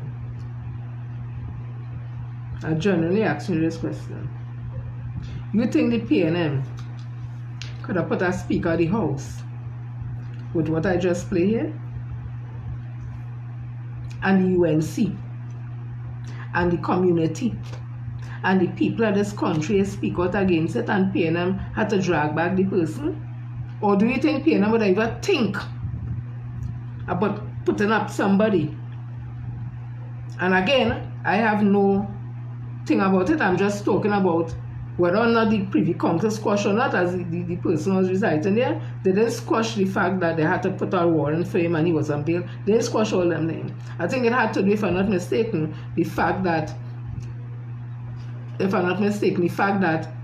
they didn't look at his character while making the judgment, because I think it was felt, it was felt that he wasn't a person that ever did that before. So they should have looked at that as a mitigating factor into making a judgment or something to that thing. But my point is not all I'm talking about. You think PNM could have put up somebody like that? You remember when the PNM was going to put up some senator or some kind of thing, so the man get a DUI in America. A DUI, driving under the influence. Dr. Rowley and them even put it up a year because they started a whole bacchanal that he was charged in America and all that. You remember that? So the opposition leader not going to say nothing about this. It's quite okay. But if it was the PNM that do it and everybody that dragging the PNM would have just put them back, right? And that was it. You see this conversation that the PNM is held to a higher standard? That is an excuse the society does make and the UNC does make to do what the hell they want. And then after put all the burden of this behavior and go behave in the PNM, and PNM fall for that shit for years and years. So the PNM always walking around, don't say this, don't say that. No. Me are saying to move away from standards, moral and ethics, But all you have to find a way to fight back. Or they can just be taking all them blows just so the PNM higher standard, the PNM can mash and the PNM can do this. That is excuse they're making to keep all in that box. That's all afraid to step out and saying that, because people say, all of the PNM, All they sit down there and continue with that, and the UNC can use that as a boa in a stick fight. That the PNM is held to a high standard and PNM saying we can't say this, we can't say that. No, don't say that, don't say that. Don't find a way to treat with that. Again, me and say nobody should move away from the morals and ethics, and not me. I ain't doing that. I'm not saying that. I want to end by this. This came to me, and I found it to be very interesting. It's the story of Joseph from the Bible. This society is a large percentage of people who are Christians, Roman Catholic and all the others. And the Bible is something, and you go to church on a Sunday, Bible in your hand. Sunday Mass. The Bible is used and all that, Me and a church goer, I'm not averse to going to church, but me ain't no church go. You ain't getting me Sunday morning to get up to go in no church. Listen, I will sit down right there and I talk to God normal, and I good. I don't look down at nobody who do it. I respect everybody and the religious belief, the spiritual belief and all. I just tell you about me. So, because I know that our society is a large percentage of people of the Christian faith and they use the Bible. The story of Joseph, and I think, if I'm not mistaken, I think somebody tell me the Muslim faith also recognize certain things from the Bible, like Jesus Christ, I think, or something. If I'm not mistaken, because I don't want to be disrespectful to nobody's faith, please, I'm asking a question. Right. So I was watching the story of Joseph. So I was looking at where's the moral like. So it says here, the moral story of Joseph and his coat. Because remember, Joseph's father, I think what's the father name? Oh Lord, oh yeah, help me now. Jacob. Joseph's father, he had plenty sons. But I think they felt that he had favored Joseph more than everybody else, whatever. And when Jacob had given Joseph this nice coat, a colorful coat, well, Lord Father, it caused more bacchanal between Joseph and the brothers and them. Joseph wasn't really aware that the brothers and them thinking so about here. That's the brothers and them, and think them older than he and all kind of thing, whatever. But it caused real bacchanal. So I was looking at the moral of the story. So it says, the moral of the story of Joseph and his coat refers to, as the coat of many colors, is that even in the face of adversity and betrayal, God's plan for good can prevail. Joseph's story highlights the theme of jealousy, family, and faith, demonstrating how God can use difficult situations to bring about positive outcomes. And what I'm talking about, the brothers and them, because of that, all of them plot. No, I ain't saying this story like straight, right? I'm saying it my way. So the brothers and them plot and thing. They had to get rid of Joseph because the father, only on Joseph alone, gave this big coat, Joseph walking around strutting like if Joseph feel he is all that. Yeah. So they decided to go and harm Joseph physically. But our next brother said, no, we can't do that, whatever. So they throw him inside a pit or some kind of thing and leave him there. And and they go on the way. So when some kind of other tribe or wherever it is was passing, whatever, I think they hear Joseph crying or whatever the case may be, and they take him out, they save him, but he end up in Egypt. Mary helped me with this story now. They end up in Egypt and they carry him. I think he was Israelite, if I'm mistaken. People, don't vex with me if me ain't call the thing proper, it's just the story, right? And he was put in, well, bondage, if you want to call it so, and that kind of thing. But Joseph had a gift of being able to decipher dreams. So I think when he was in the dungeon thing with the other people, like slaves and all that, the man who was in charge of them and whatever, like he used to get some dreams and whatever, and Joseph will talk and thing, and Joseph will decipher the dreams, and like the dream, it used to come true, whatever. So then the Pharaoh now started to get this recurring dream that bothering him, and none of he people, he magician and whatever, them could decipher this dream, and it bothering him, he can't sleep and whatever. I think he dreamed something about these healthy thing of grass eat up our next one, or the sick one,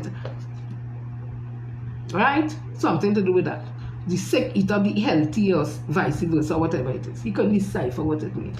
So the man who was in charge of the kind of dungeon thing where all them, they had the Israelites and them was slave and thing, he said, well, let's have a boy down there, a man down there who he could decipher dream and thing.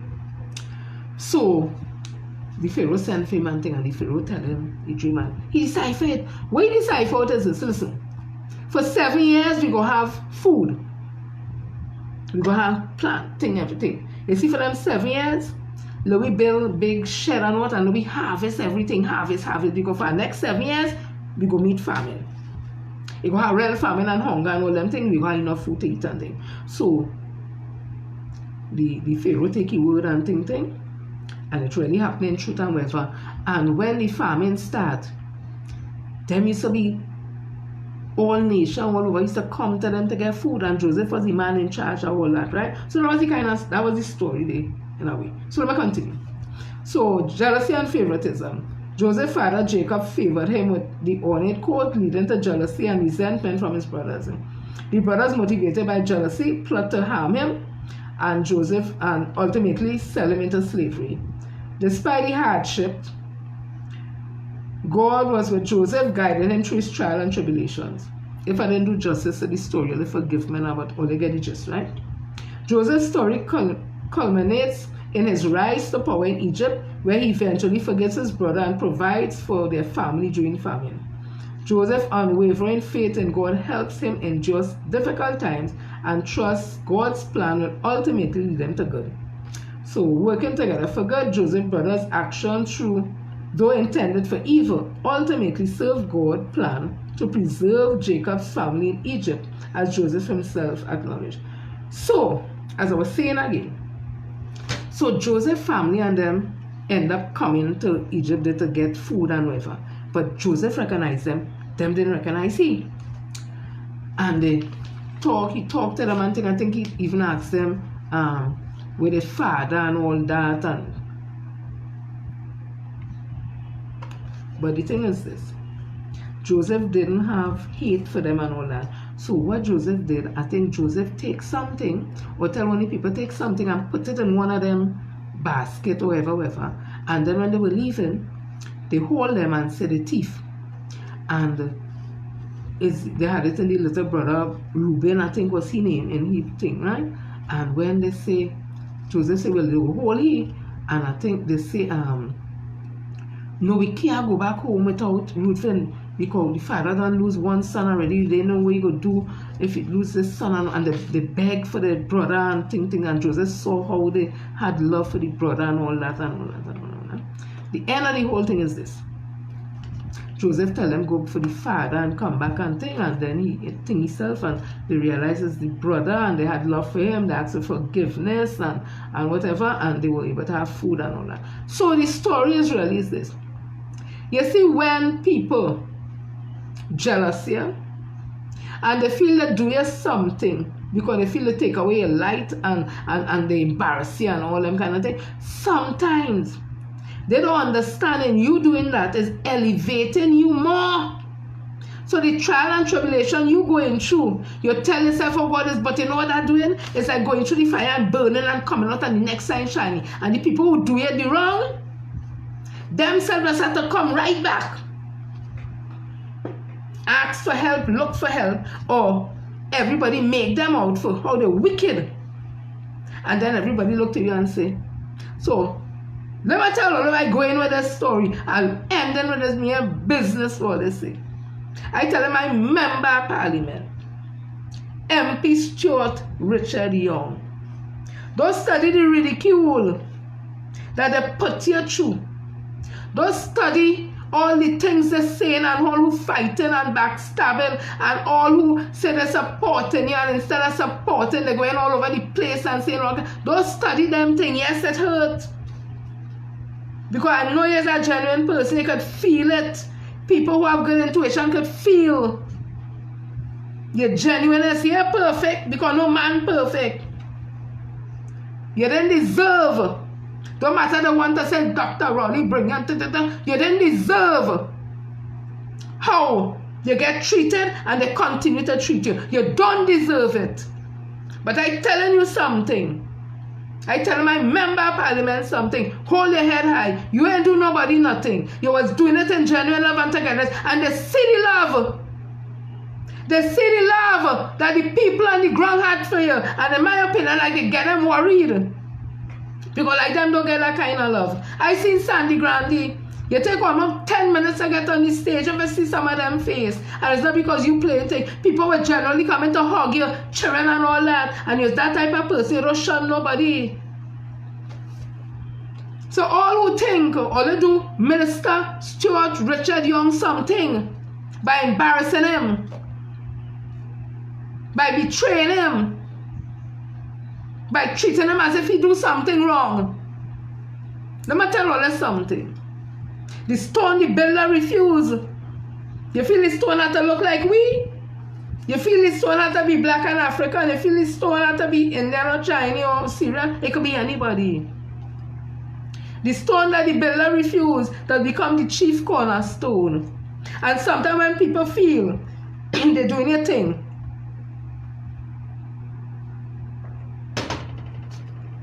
so that them light could shine. You know what them light shining to show people how they're wicked, how they're jealous, how they're evil. And you the one they're trying to fight on. You know, people are saying, and say, you get elevated because people say, no, he deserve that, she deserve that. So I'm telling you as my member of parliament, stay out the people internal election. And I know business who vexed me, stay out.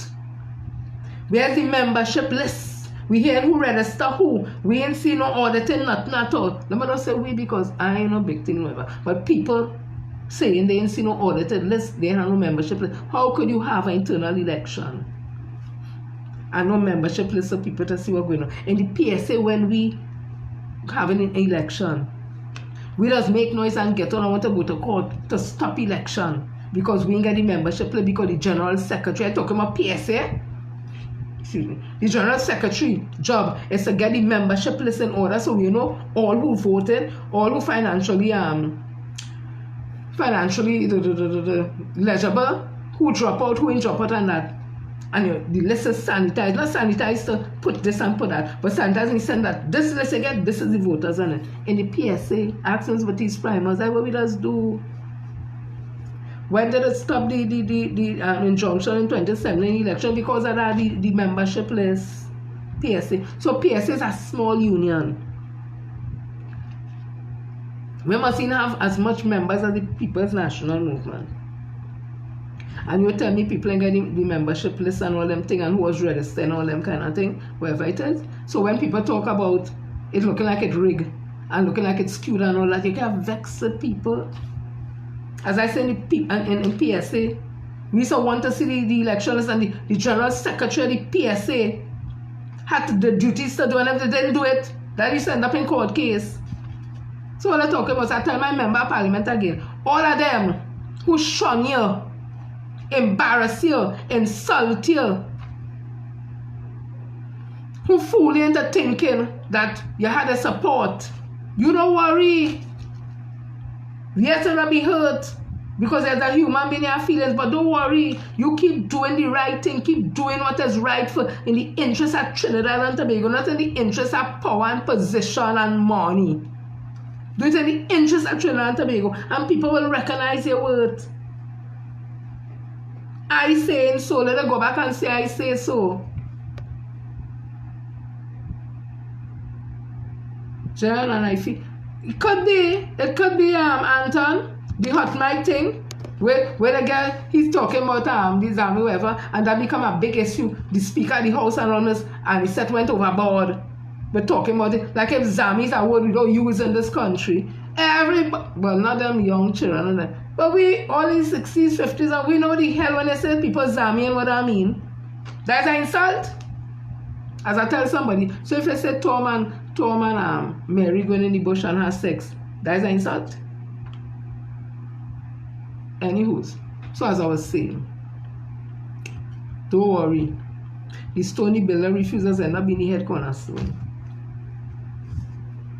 They don't like to hear the truth, so they curse me and say I'm a hypocrite and whatever. They can't say a lie.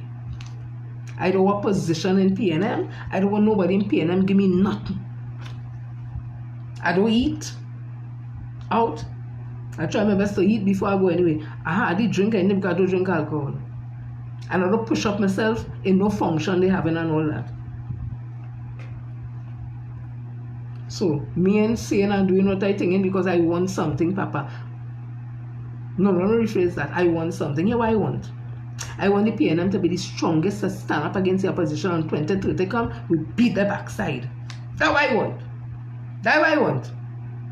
That is what I want. You see that? And because it's that I want, I will continue to advocate on the outside. I don't want no house. I don't want no car. Me want no money. Me don't want no favor. What I want is for the PNM to come strong and get the Wednesday thunder in the interest of the Trinidad and Tobago and the citizens of Trinidad and Tobago, so that 2030, they want nothing with the PNM. That is what I want. And that is why I do what I do. So all who feel like doing it because I was something and Stuart Young gave me something and all that, take that from all their mind. I do what I do because I want the best for my country. And if the best of my country is not what we have now, why must I not say so? And we just go along with it, and then when they see them in Parliament, oh God, nah, but no, stop that stupidness.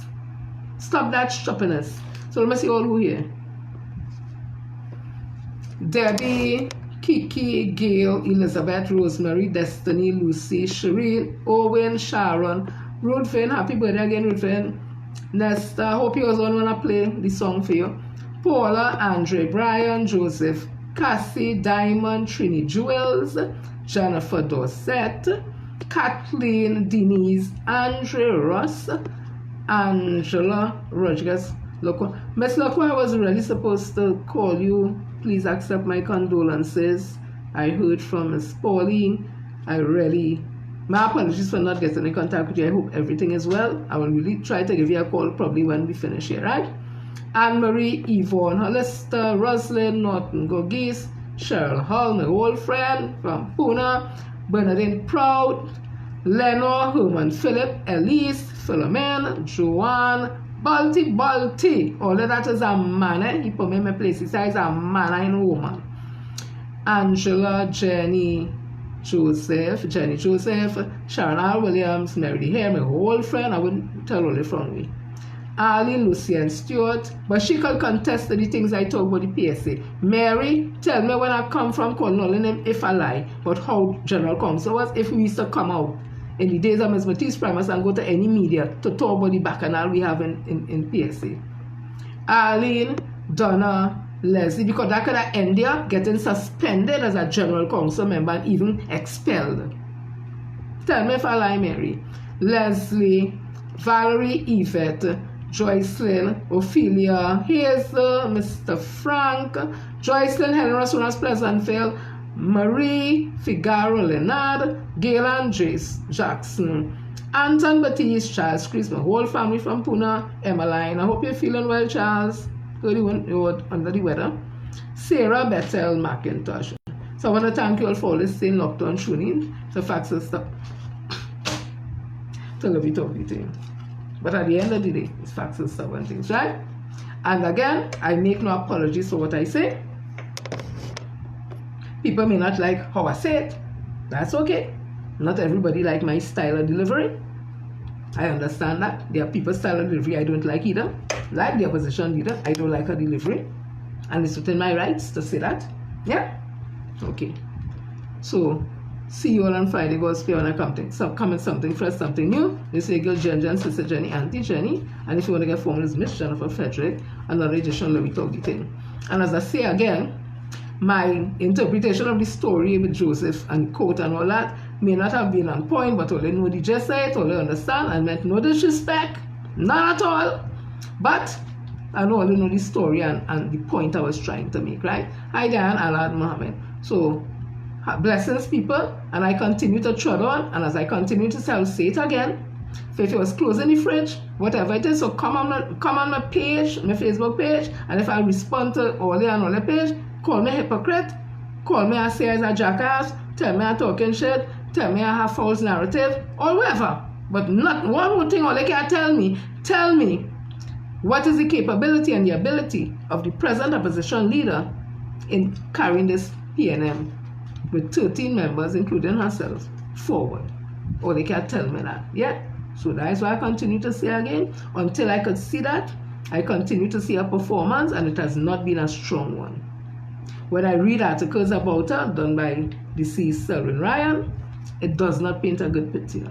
When I look at how she treated the case with the workers and McLeod and all that, it's worse yet. Yeah? When I ask people about her law career and all that, it's dismal also. When I ask people about her stewardship in the ministries, you're getting the same response all over the place. So I'm waiting to see who's supporting her saying when she get there, she will be fat. I don't get it. And as I say again, if when you get there, you're going to do things you never do before in all them years, to me, that has been deceitful. Because it means to say you was pretending like you ting, and you're really so and so. So, yeah, who don't like it? Goodbye to it. You all have a blessed night. Love you all. See you all on Friday. God spare. Yeah, I will do something Friday, right? Much love. Agone.